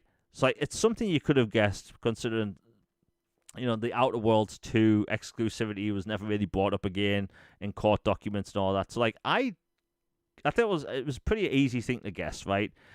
But with this hardware thing, it's like Microsoft and all these companies, they spend billions of dollars in R&D for years before we even see these consoles. Research and development. The Xbox One controller alone, they spent over $100 million perfecting, right? And like, these consoles take a lot of time and effort. You can't just, we canceling the console overnight, right? And like, look, a lot of these leaks come from sources that take what I like to call the broken clock is right twice a day approach, right? You guess things that could kind of happen in gaming. The gaming industry is extremely predictable. Everything, right? EA being bought up by the Saudi Arabian government is something maybe you couldn't have guessed, but something with Saudi, right? Everything that happens is kind of predictable. However, you do see people take some creative liberties, because Microsoft getting out the hardware business was a bit of a reach. Yes, we do say Microsoft, they step on rakes. They do tend to have some little little tidbits of like negative news, even when they just have some new games to announce. They've been doing this for years. It's nothing new. However, this whole Microsoft getting out of the hardware business was the dumbest thing I've ever read because, one, it came from a source that's been wrong in the past. Two, normally when this stuff happens, you will see some of the journalists, I'm doing air quotes, journalists go out there, try and make news on this stuff straight away. I'm not talking about IGN that clickbait this stuff anyway. I'm talking about people like Tom Warren and stuff, right? That will try and verify this stuff and talk about it straight away. And bear in mind, I don't agree with everything these people say. However, they're kind of legitimate. People just ran with it and were acting like Microsoft, they're about to shut down shop. Here's why that doesn't make sense. Most Xbox Game Pass subscribers are on console. Game Pass alone makes billions of dollars. Doesn't matter if I'm talking about revenue or profit. Game Pass alone as a subscription service makes billions of dollars. Microsoft makes more money off sales of video games, DLC, and microtransactions on their store because all of the third-party games, their exclusive games, still sell well.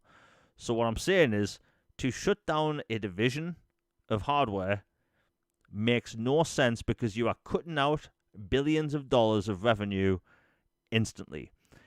If you look at other things Microsoft shut down in the past, they haven't been making that money. Zune shut down because, look, in the early 2000s, iPod ruled the world. You either had an iPod or a cheap MP3 player.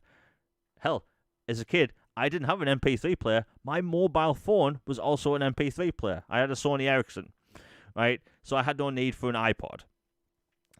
You know, the Windows 8, or was it Windows RT division, right?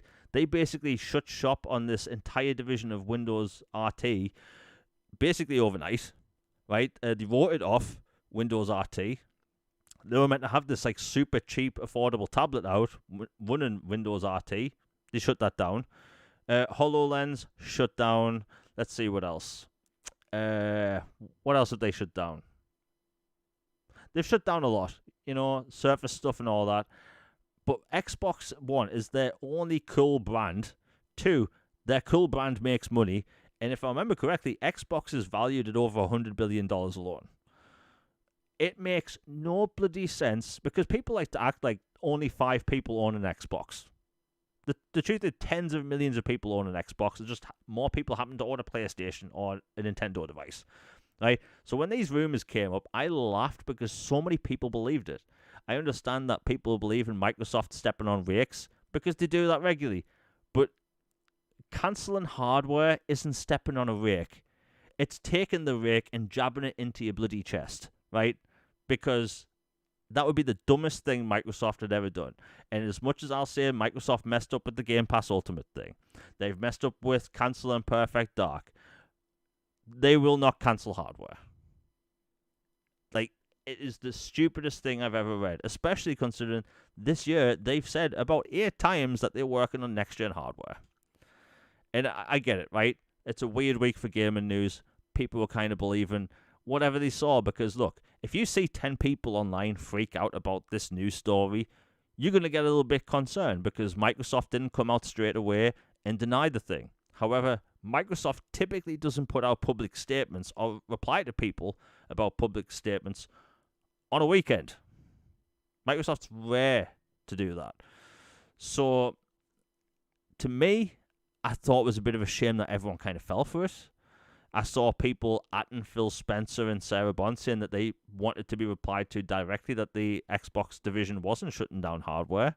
But these devices, they've made contracts with I was going to say Asus, but they made contracts with AMD to make these chips ages ago.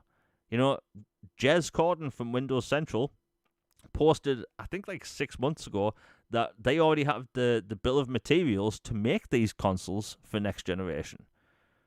So, like, where I can understand why people might be concerned, but people were acting like it was literally the end of Xbox as we know it, was a bit of a reach.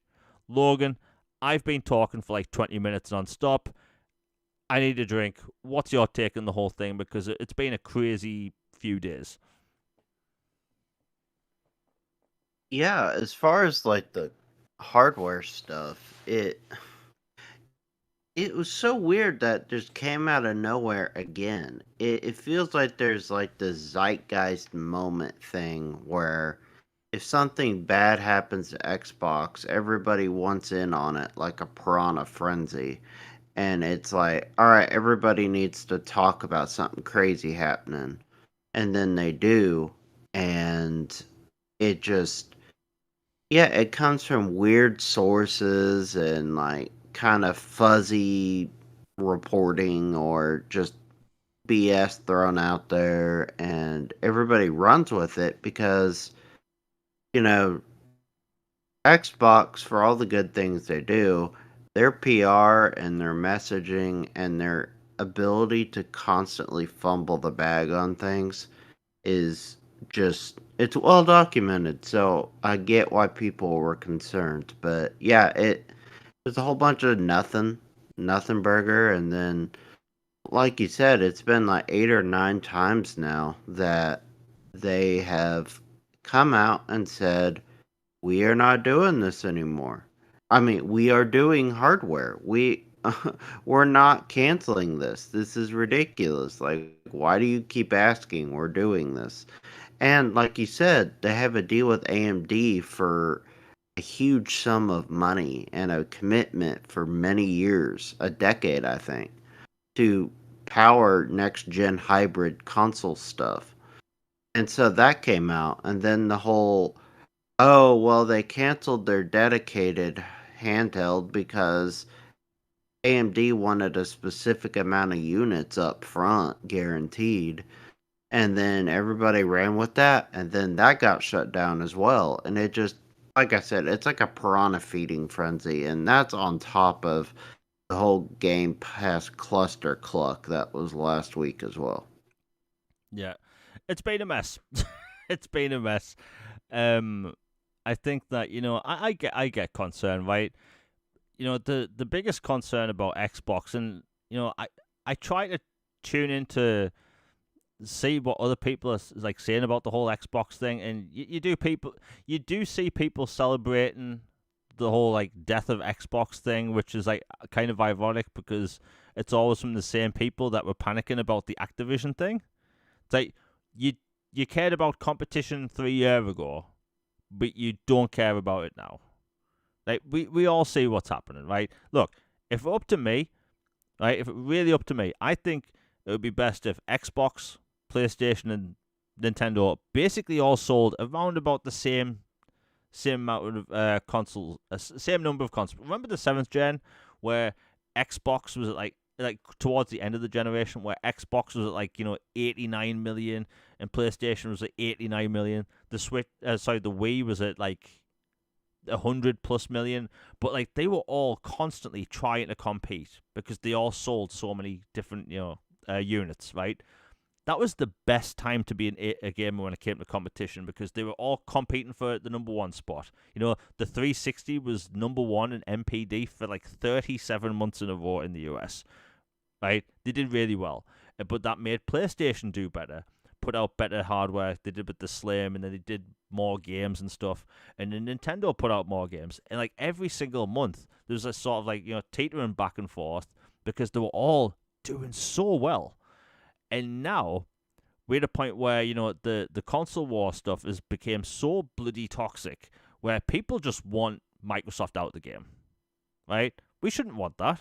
I don't want Sony out the game. I don't want Nintendo out the game. I want them all making cool hardware and cool games. And this past week really showed people's true colors because it became very clear what people really think. I've seen this past few days journalists say like, should there be a next gen Xbox? Like, what the hell do you mean? Should there be? Like, that's the stupidest thing I've ever heard of. Well, it isn't really. It's been a long week, but Microsoft, they make errors. All these companies make errors. But to suggest Microsoft's getting out of the hardware business because some dude on NeoGAF said so, it was taking it way too far. To take that and like throw personal insults at people over it, like it was way too much. Way too much. Microsoft, they will come out with next gen hardware whenever they're ready to do it. People are theorizing next year. A lot of people have been thinking next year because of the rumors and stuff, and some people thought it would be the year after. Right? We just don't know. But people coming out of the woodwork and saying they need to be told again by Microsoft that, oh, by the way, hey Sarah Bond, tell me right now that you're gonna do next gen hardware. Right? So is them telling you a ninth time this year mean more than 8? It's stupid. It's absolutely stupid. Preposterous. Like, it's not often I use that word, so that's just how stupid this situation is. I think that, people have to take a step back and think it's just gaming. But, like, look, the main concern about people in their libraries, right? Because if Xbox shut up shop tomorrow, right? Like, hey, no more consoles. Every gamer was in their bloody right to be concerned, like, hey, what about these tens of thousands of pounds worth of games I've bought over the past 20 plus years, right? That is a valid thing to be concerned about. That is the thing to be concerned about in that situation. However, believing a dude off NeoGAF again, we have to stop doing this. Also Xbox shouldn't be at a moment in time where we could believe all this stuff, right? Microsoft put themselves in this position, but at the same time, we have to be better. We have to stop believing everything. Like every negative thing that happens to Xbox, it's the end of the world, end of the platform. I've seen some of the biggest content creators by people I actually respect come out with Xbox is dead. Right? Because Game Pass went up. That's not me defending Game Pass going up. I think Game Pass going up was terrible. I've already talked about this. But like the amount of Xbox is dead stuff, you can really tell from a lot of people that they want this to happen. They really do. And like, look, yeah, Sony hasn't announced they haven't announced the PlayStation 6. Should we start talking about how it's the end of PlayStation? No, because that's stupid, right? And it's this weird back and forth because like Microsoft shuts down a studio, people talk about how it's the end of Xbox. Sony shuts down a studio, nobody talks about it. Right? Concord, and by the way, this isn't me crapping on Sony thing, this is just a thing. These publishers shut down studios. Concord got axed 2 weeks after it came out. Studio shut down. Biggest game flop of all time, more so than E.T., and it's forgotten about within 2 weeks. Right? So Microsoft shuts down Perfect Dark and this newer studio, and it's the end of the world. Everyone was acting like it's the end of the Xbox decision. We need to blame Satya Nadella for every bloody thing. So, like, that's what people were saying. It's like, no, like, it's these unfortunate circumstances that just happened to these companies, right? I didn't want Perfect Dark to be shut down, but if all we were shown was one tiny vertical slice in 5 years, that kind of makes sense why the studio was shut down. That might sound heartless, but it's just being realistic. Concord. I mean, they have a job to do. At the end of the day, it's not a charity. I know that sounds heartless, but you can't expect a studio to exist for 8 years and have barely more than a glorified vertical slice demo to show for it and cost tons of money and expect it to just keep going on willy-nilly. That's just not going to happen. Yeah. And like you could take the same situation. Look at Concord, right? Concord, $400 million. Okay, don't know why my PC's beeping. $400 million, however much it costs, and Sony shut that down straight away because it didn't sell well. And these live service games, they need to sell extremely well at launch. You need to have the biggest streamers play the game, talk about it, and you need these microtransactions to sell. Like, that's how the game's basically supported over time, even though it was a premium title. However, it didn't do well, and Sony clearly had projections of how this game was going to sell over the next couple of months, so they axed it. They axed a game that had been out 2 weeks. Right? It's rare.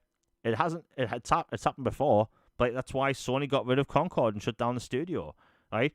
So they basically had hundreds of millions of dollars down the drain, and we saw what happened. But it wasn't the end of Sony. I never once thought when Sony shut down Concord, it's the end of Sony as we know it. PlayStation. There's not going to be a PlayStation 6 because of Concord. I never once thought that.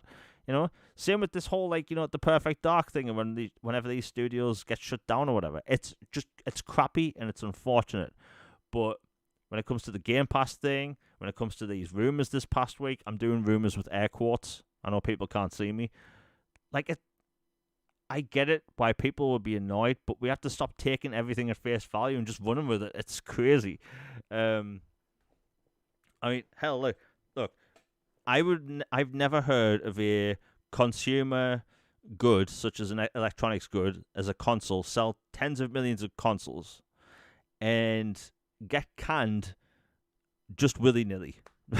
Like, these companies don't do that, right? If you go on the Xbox store right now, go to the top paid games, right? You're gonna see things like FIFA. I'm not calling it EA Sports FC 25, but you're gonna see FIFA. You're gonna see things like Mafia. Mafia's been popping up a lot recently in the UK. Silent Hill F, like some really big titles. Like, Microsoft makes 30% on most of those games, right?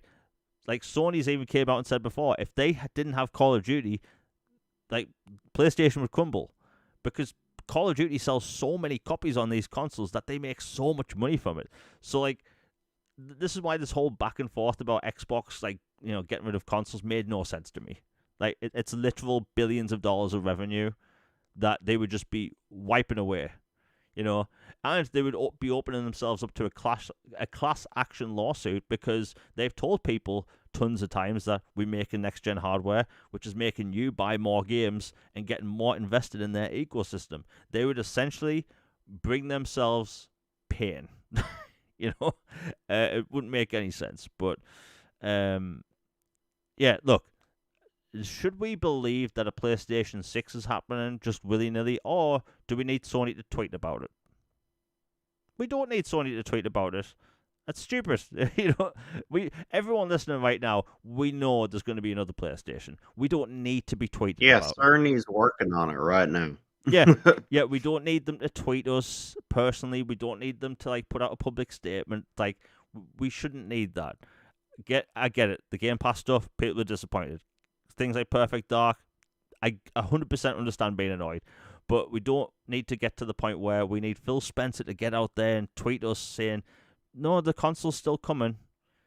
If anything, and I think Logan might agree with me here, if anything, I think Microsoft and Xbox, they need to be more quiet about this stuff in general, right? Phil Spencer does 50,000 interviews a year, and I think it's cool that he's more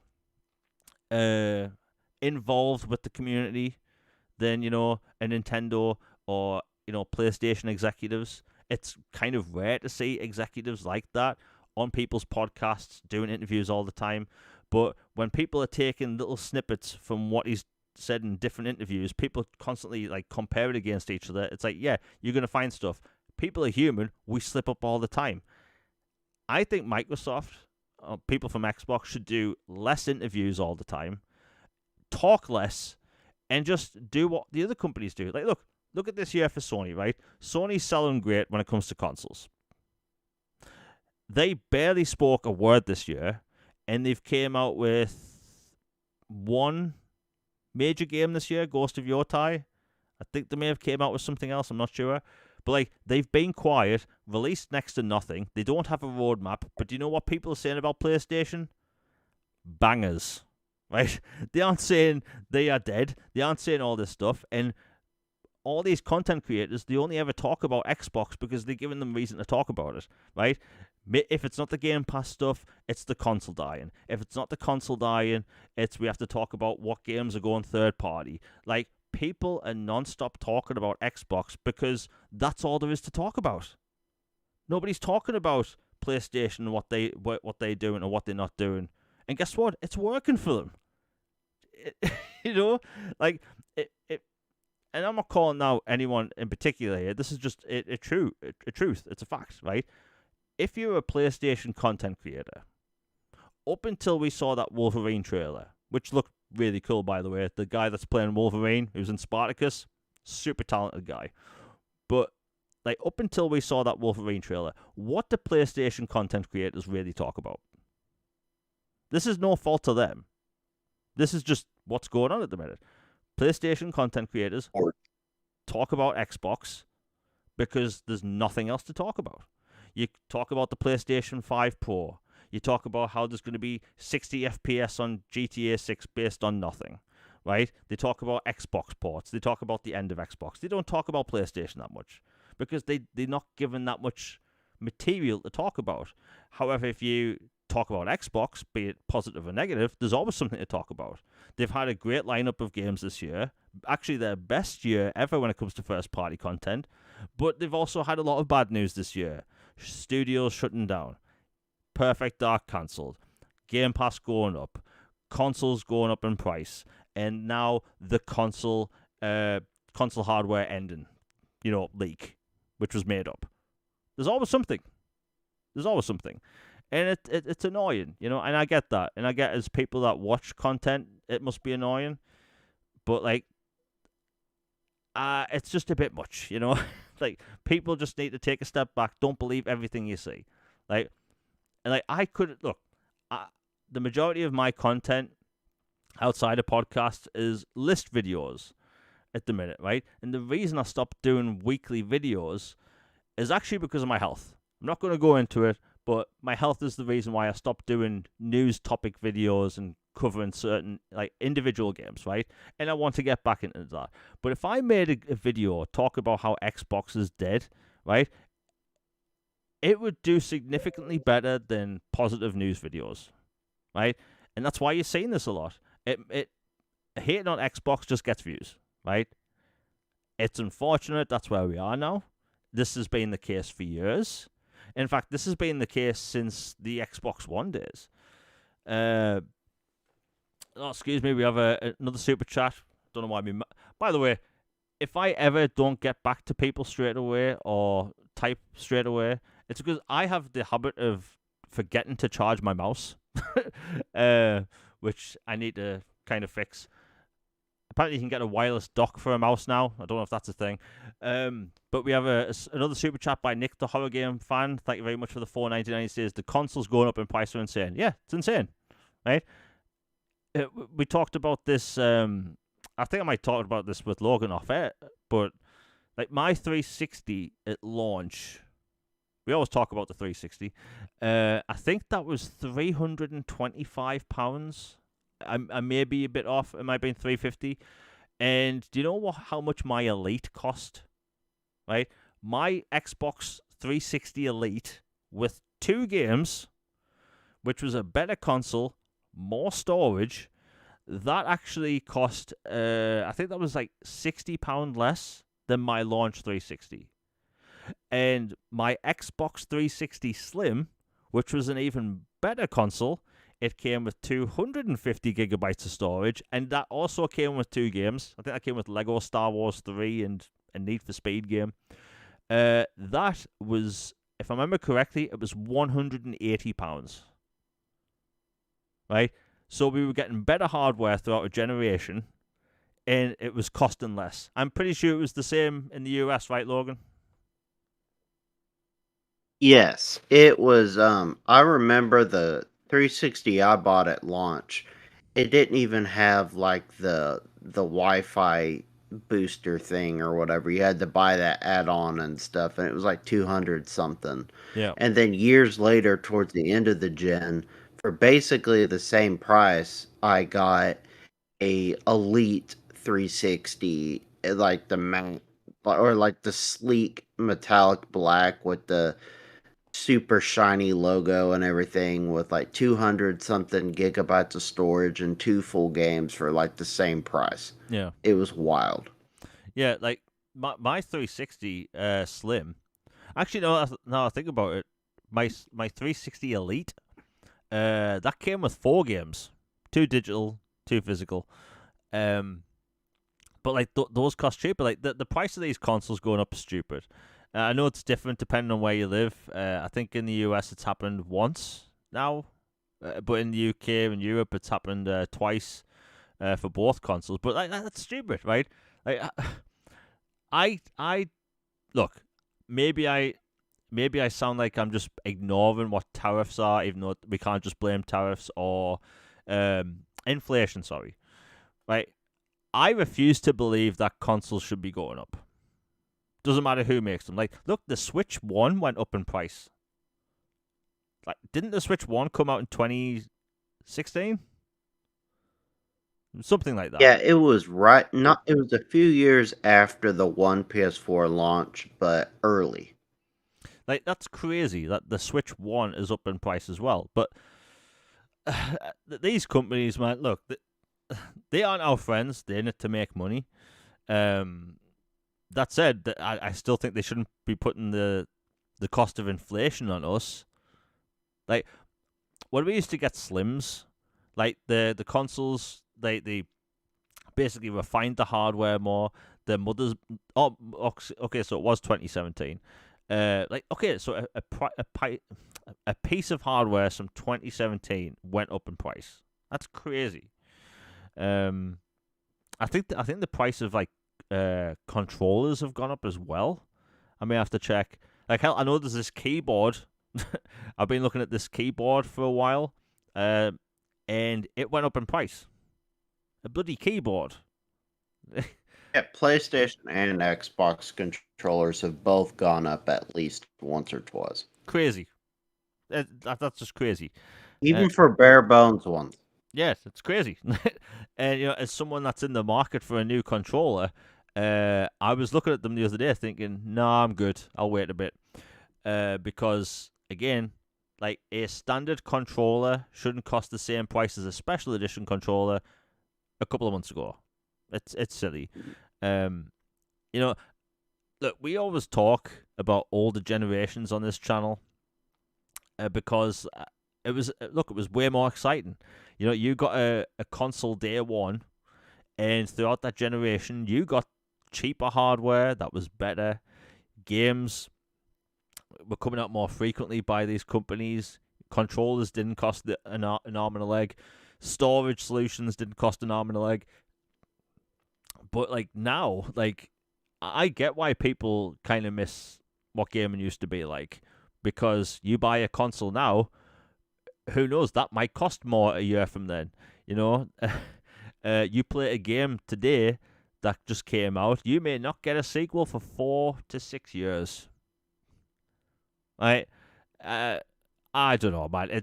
It's crazy. But back to the whole like Xbox thing. Like, I think it's crazy that people just ran with that rumor and took it as gospel, basically. Like, come on, we have to get past that. And like, look, I will never agree with these companies. Like, I've been saying since 2020, games should not be £70 or $70. I have not budged from that in 5 years. So when these rumors came up that these games were going to cost 80, people actually had a go at me for complaining about the price. Some developers called me cheap. And guess what? How dare you not tip them on top of the game? Yeah, how dare you? How dare I? I mean, we could talk about the tipping thing another day, but like $70 and £70, I still think is way too much for a game. I think games should cost 50. Flat out, $49.99, not a penny more, unless you're getting some cool digital goodies. Maybe some skins. Maybe you're paying £90 or $90 and you get like an expansion pass or something. Like, I think games should be cheaper, not more expensive. People can call me cheap, but I think the game industry would be significantly better off if prices were lowered. Hey, it is what it is.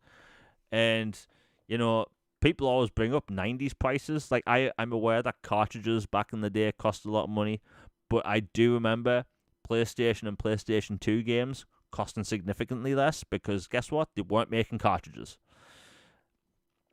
Nick's right. The best-selling games this year weren't 70.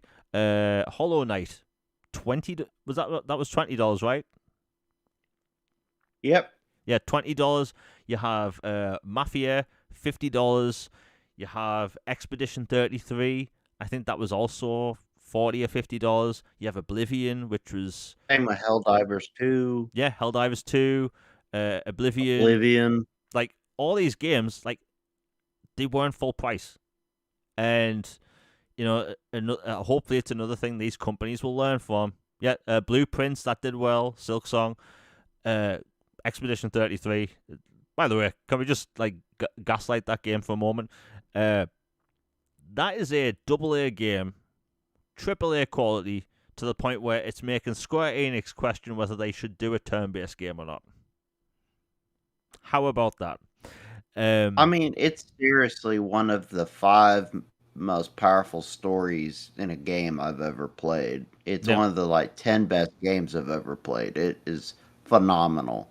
For that to be their first game ever is just like a blue moon, lightning in a bottle, all the stars align event. It is insane. Yeah. And by the way, the whole story behind that game, I know it's a bit of a tangent, but the whole story behind that game, how, like, the person that wrote the game wasn't originally a writer, it was just someone that originally auditioned to sing for the game. Like, how? Like, how do Insanity. Yeah, how do you write that? Like, it's mind-boggling. And, even though I'm, like, I think I'm majority way through Act 2, I can say that's Game of the Year for me. Mm-hmm. But, like, that's a lower costing game, and, like, I'd be shocked if they don't make a prequel or a similar game in the next 3 years, and they could probably get out a similar sized game in 3 years because they know what they're doing now. They said more is coming. Yeah, Essentially. which is great. But, like, the whole industry as a whole, yeah, it's just a mess at the minute, which is a shame. But yeah, I understand this past week had people on edge because, look, I get it, right? I get it. You have bad news, you take more bad news or rumors about bad news personally, or if not worse, right? It happens. But when I've seen people have, and I'm not even joking, like, borderline meltdowns, you need to take a step back, right? We aren't friends with these companies. These executives, they aren't our friends. They want our money. And now, with that said, Microsoft, these consoles do make money. But yeah, it's just been a crazy week. Like, I can't believe we've had to have this topic, but wow, what a week. And it's only Tuesday. But we'll see what happens. And Microsoft, they're gonna have some stuff to announce soon. I'd be shocked if they don't have something at the Game Awards. They tend to have like 1 or 2 small announcements if it's not. Yeah, I'm not gonna mention names, but like, I've seen multiple people the past weekend like lose it. Like, if you've taken this video game stuff to heart to the point where you're lashing out with people making public statements, like, it can come off really bad, and,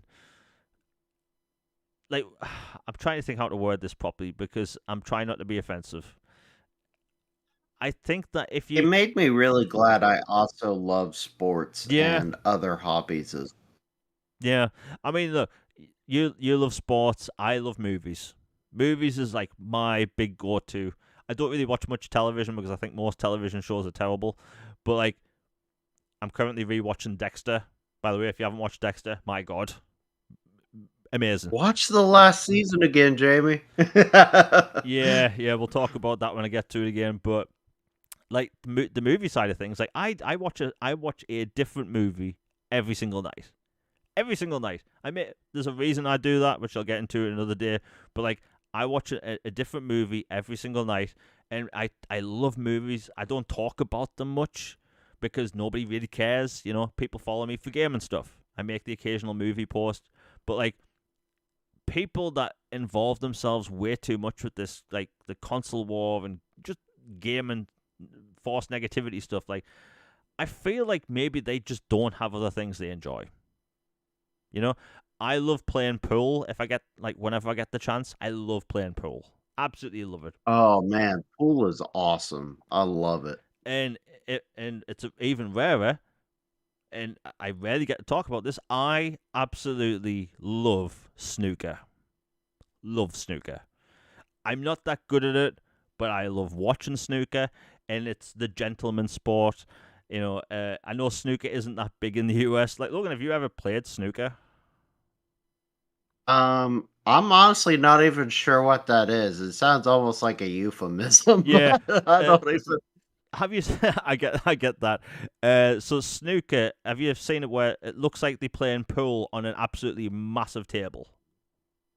Okay, yeah, I have seen that. Yeah, Yeah. you hit a red, then a color, red, then a color. It's the gentleman sport, but like I love snooker, and like a game of that can take like an hour. It's a very relaxing game. But like I don't talk about that stuff on social media because no one cares. But like I feel like people that are too involved in the console war, I'll say a fandom in air quotes. I think that's all they do. You know, read a book, watch some TV shows, watch a movie. Do some sports. I don't know. Take up boxing, work out. I don't know. But like what I saw this past week and was some absolute unhinged behavior, and I don't want bad for anyone. Like people can disagree with me, that's perfectly fine.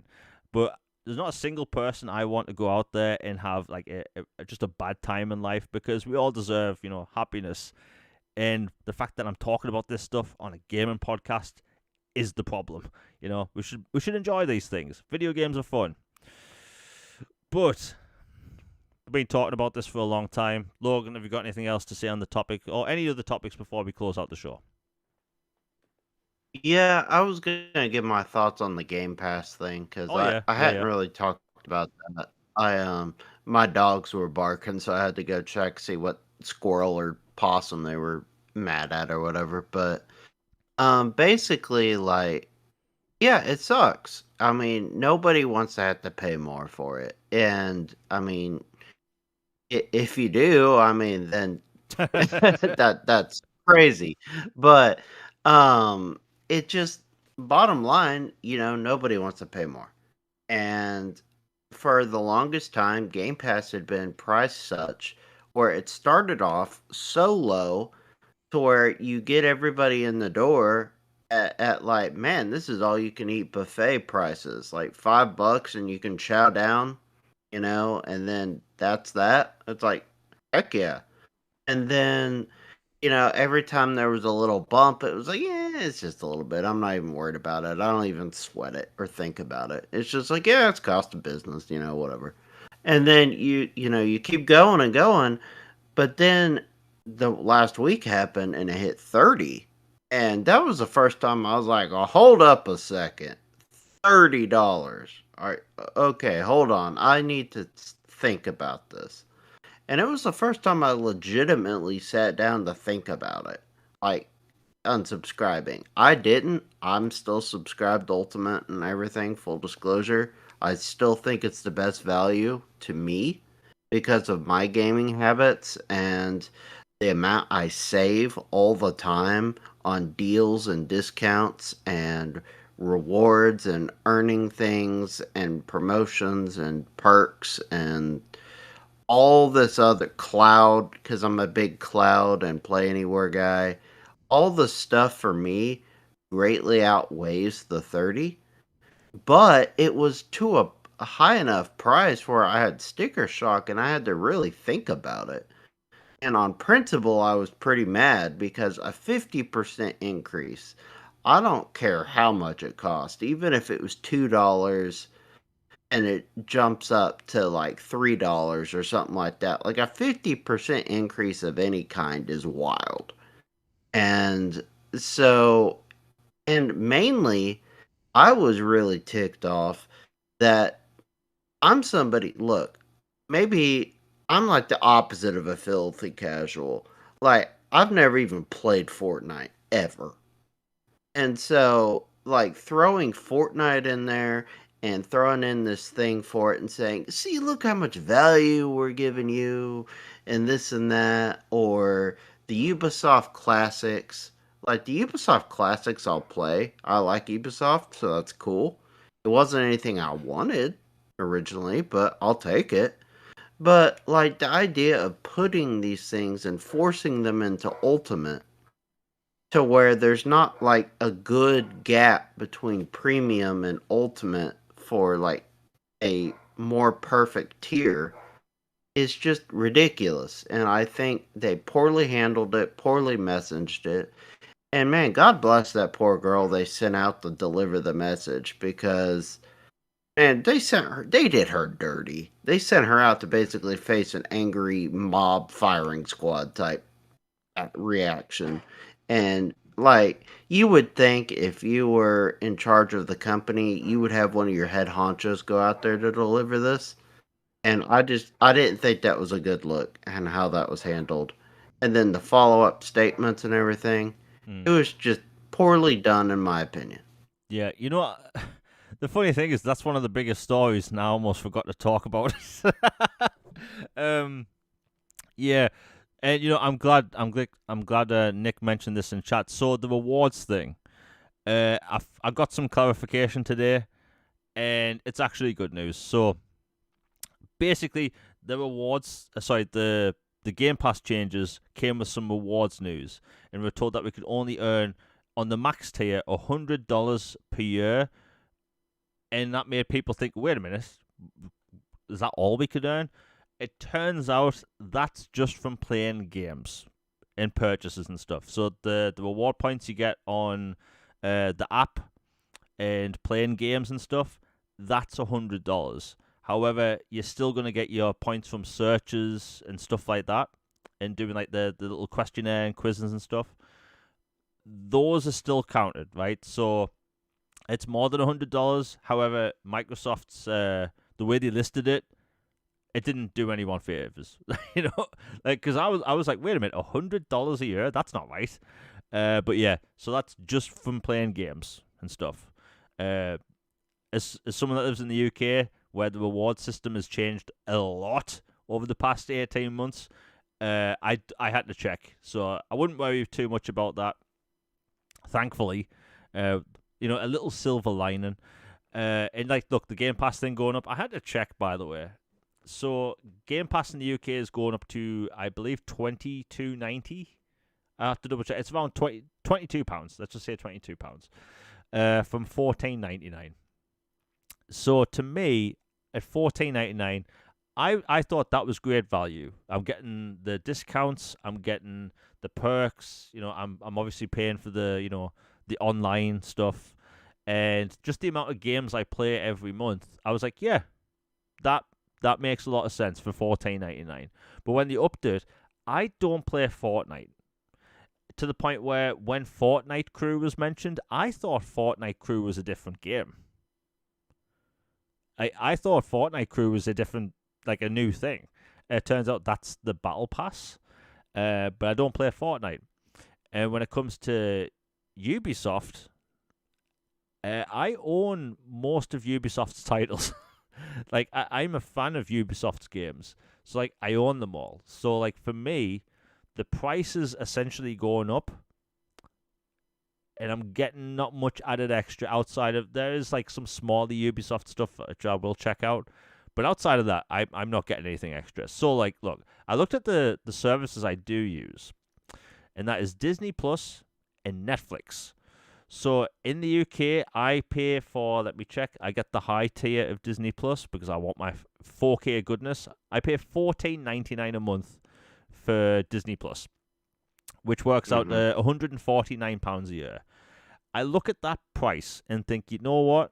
Even though it costs more than it did originally, because I think my first year of Disney Plus cost £80, which, my God, value. But like looking at this, I'm thinking, you know what? I get £149 worth a year out of this service.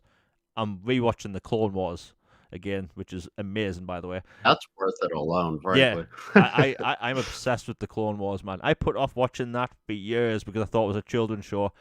Oh, how wrong was I?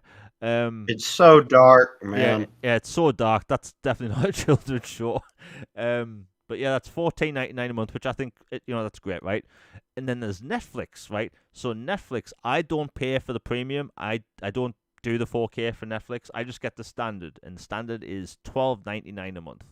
And for that, just on the edge, because I don't use Netflix as much as I used to, I think, okay, I get that much value out of it. So you have to look at these services, and Like, think, do I get this much value out of the service each month? If not, go to a different tier. By the way, I'm not defending Microsoft. I'm just saying how I think. So, like, that's how I look at these services. I did the same. Yeah. So, like 4K for Netflix, I don't care.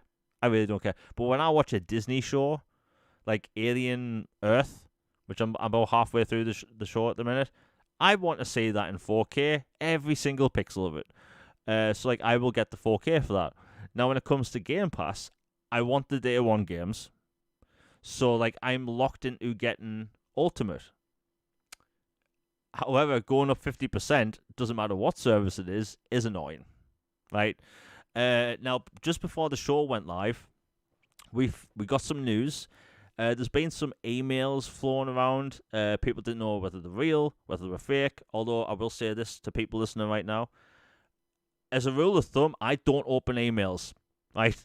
Unless they are personal emails directed to me personally, or if they are, verification emails, I don't open emails. So, like, never click on links on emails, right? Rule of life, never click on links on emails. So there was an email going around saying, hey, your Game Pass is going to be like £60 a month or something if you don't click on this. That was a phishing email. Absolutely fake. Don't fall for it. There was another email going around, and a lot of people are getting them now, telling you how due to the, and it started off as this, due to the digital protection stuff in Europe, basically if you stay subscribed to Game Pass and you have it to auto-renew, apparently it won't go up in price at all. So, and apparently this is other countries as well. I'm trying to get a whole list. Like, Logan, did you see which countries it was, or if it's everywhere? Because I have seen multiple different sources say different things. It was like European Union countries and I think a few other places. But not for me and my buddies in the States. No, we got that juicy 50% increase, baby. Yeah, like hopefully they roll it out everywhere, because if that's the case, then you stay auto renewed, subscribed, and you don't have the price go up. But for new subscribers, it's a tall order. Like, for a new subscriber, you're basically saying, hey, this is what we can offer you. Do you want to pay for it or not? And look, there's people that have told me they are going to, the second tier or the first tier because that's what they can afford. And I think, Microsoft and these companies, they have to be very careful, because you have the risk of, what's the term? Pricing people out. And for a service that we call the best deal in gaming, it would be nice if it's kept that way. But hey, we'll see what happens. Now, everyone in chat has been amazing. Sorry if there was any audio issues earlier in the show. Again, for some reason, the settings reset themselves before we went live. I'm losing my marbles. I don't do anything to change the software, and it just auto sets my settings every single time. Every time. I'm losing my marbles. But anyway, everyone in chat's been amazing. Logan, it's been great talking to you once again. We're back for a new episode of All Things Xbox Podcast. Same time next week. I can't remember when the times change. I know it happens in the UK first, so it'll be an hour earlier in the UK. If it's next week, I'm probably off.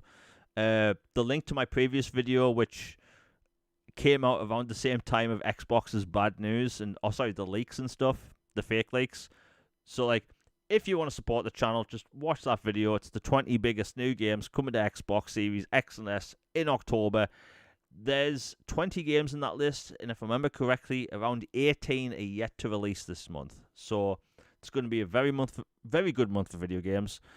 So if you want it, the link to that is in the description down below. Hope you enjoy it. Like, sharing, and subscribing is greatly appreciated. I've got a lot of cool things planned for the channel. Some things I can't even talk about yet, which I think people are really going to like. But anyway, Ooh, teaser. I'm teasing it without trying to give it away because it's something I've been working on for a while. But that'll be fun for everyone. And yeah, All Things Xbox Podcast, new episode next Tuesday. Hope everyone has a great week. We're out, everybody. And by the way, the links to our social medias in the description down below. We're out, everybody. Peace. And we are done.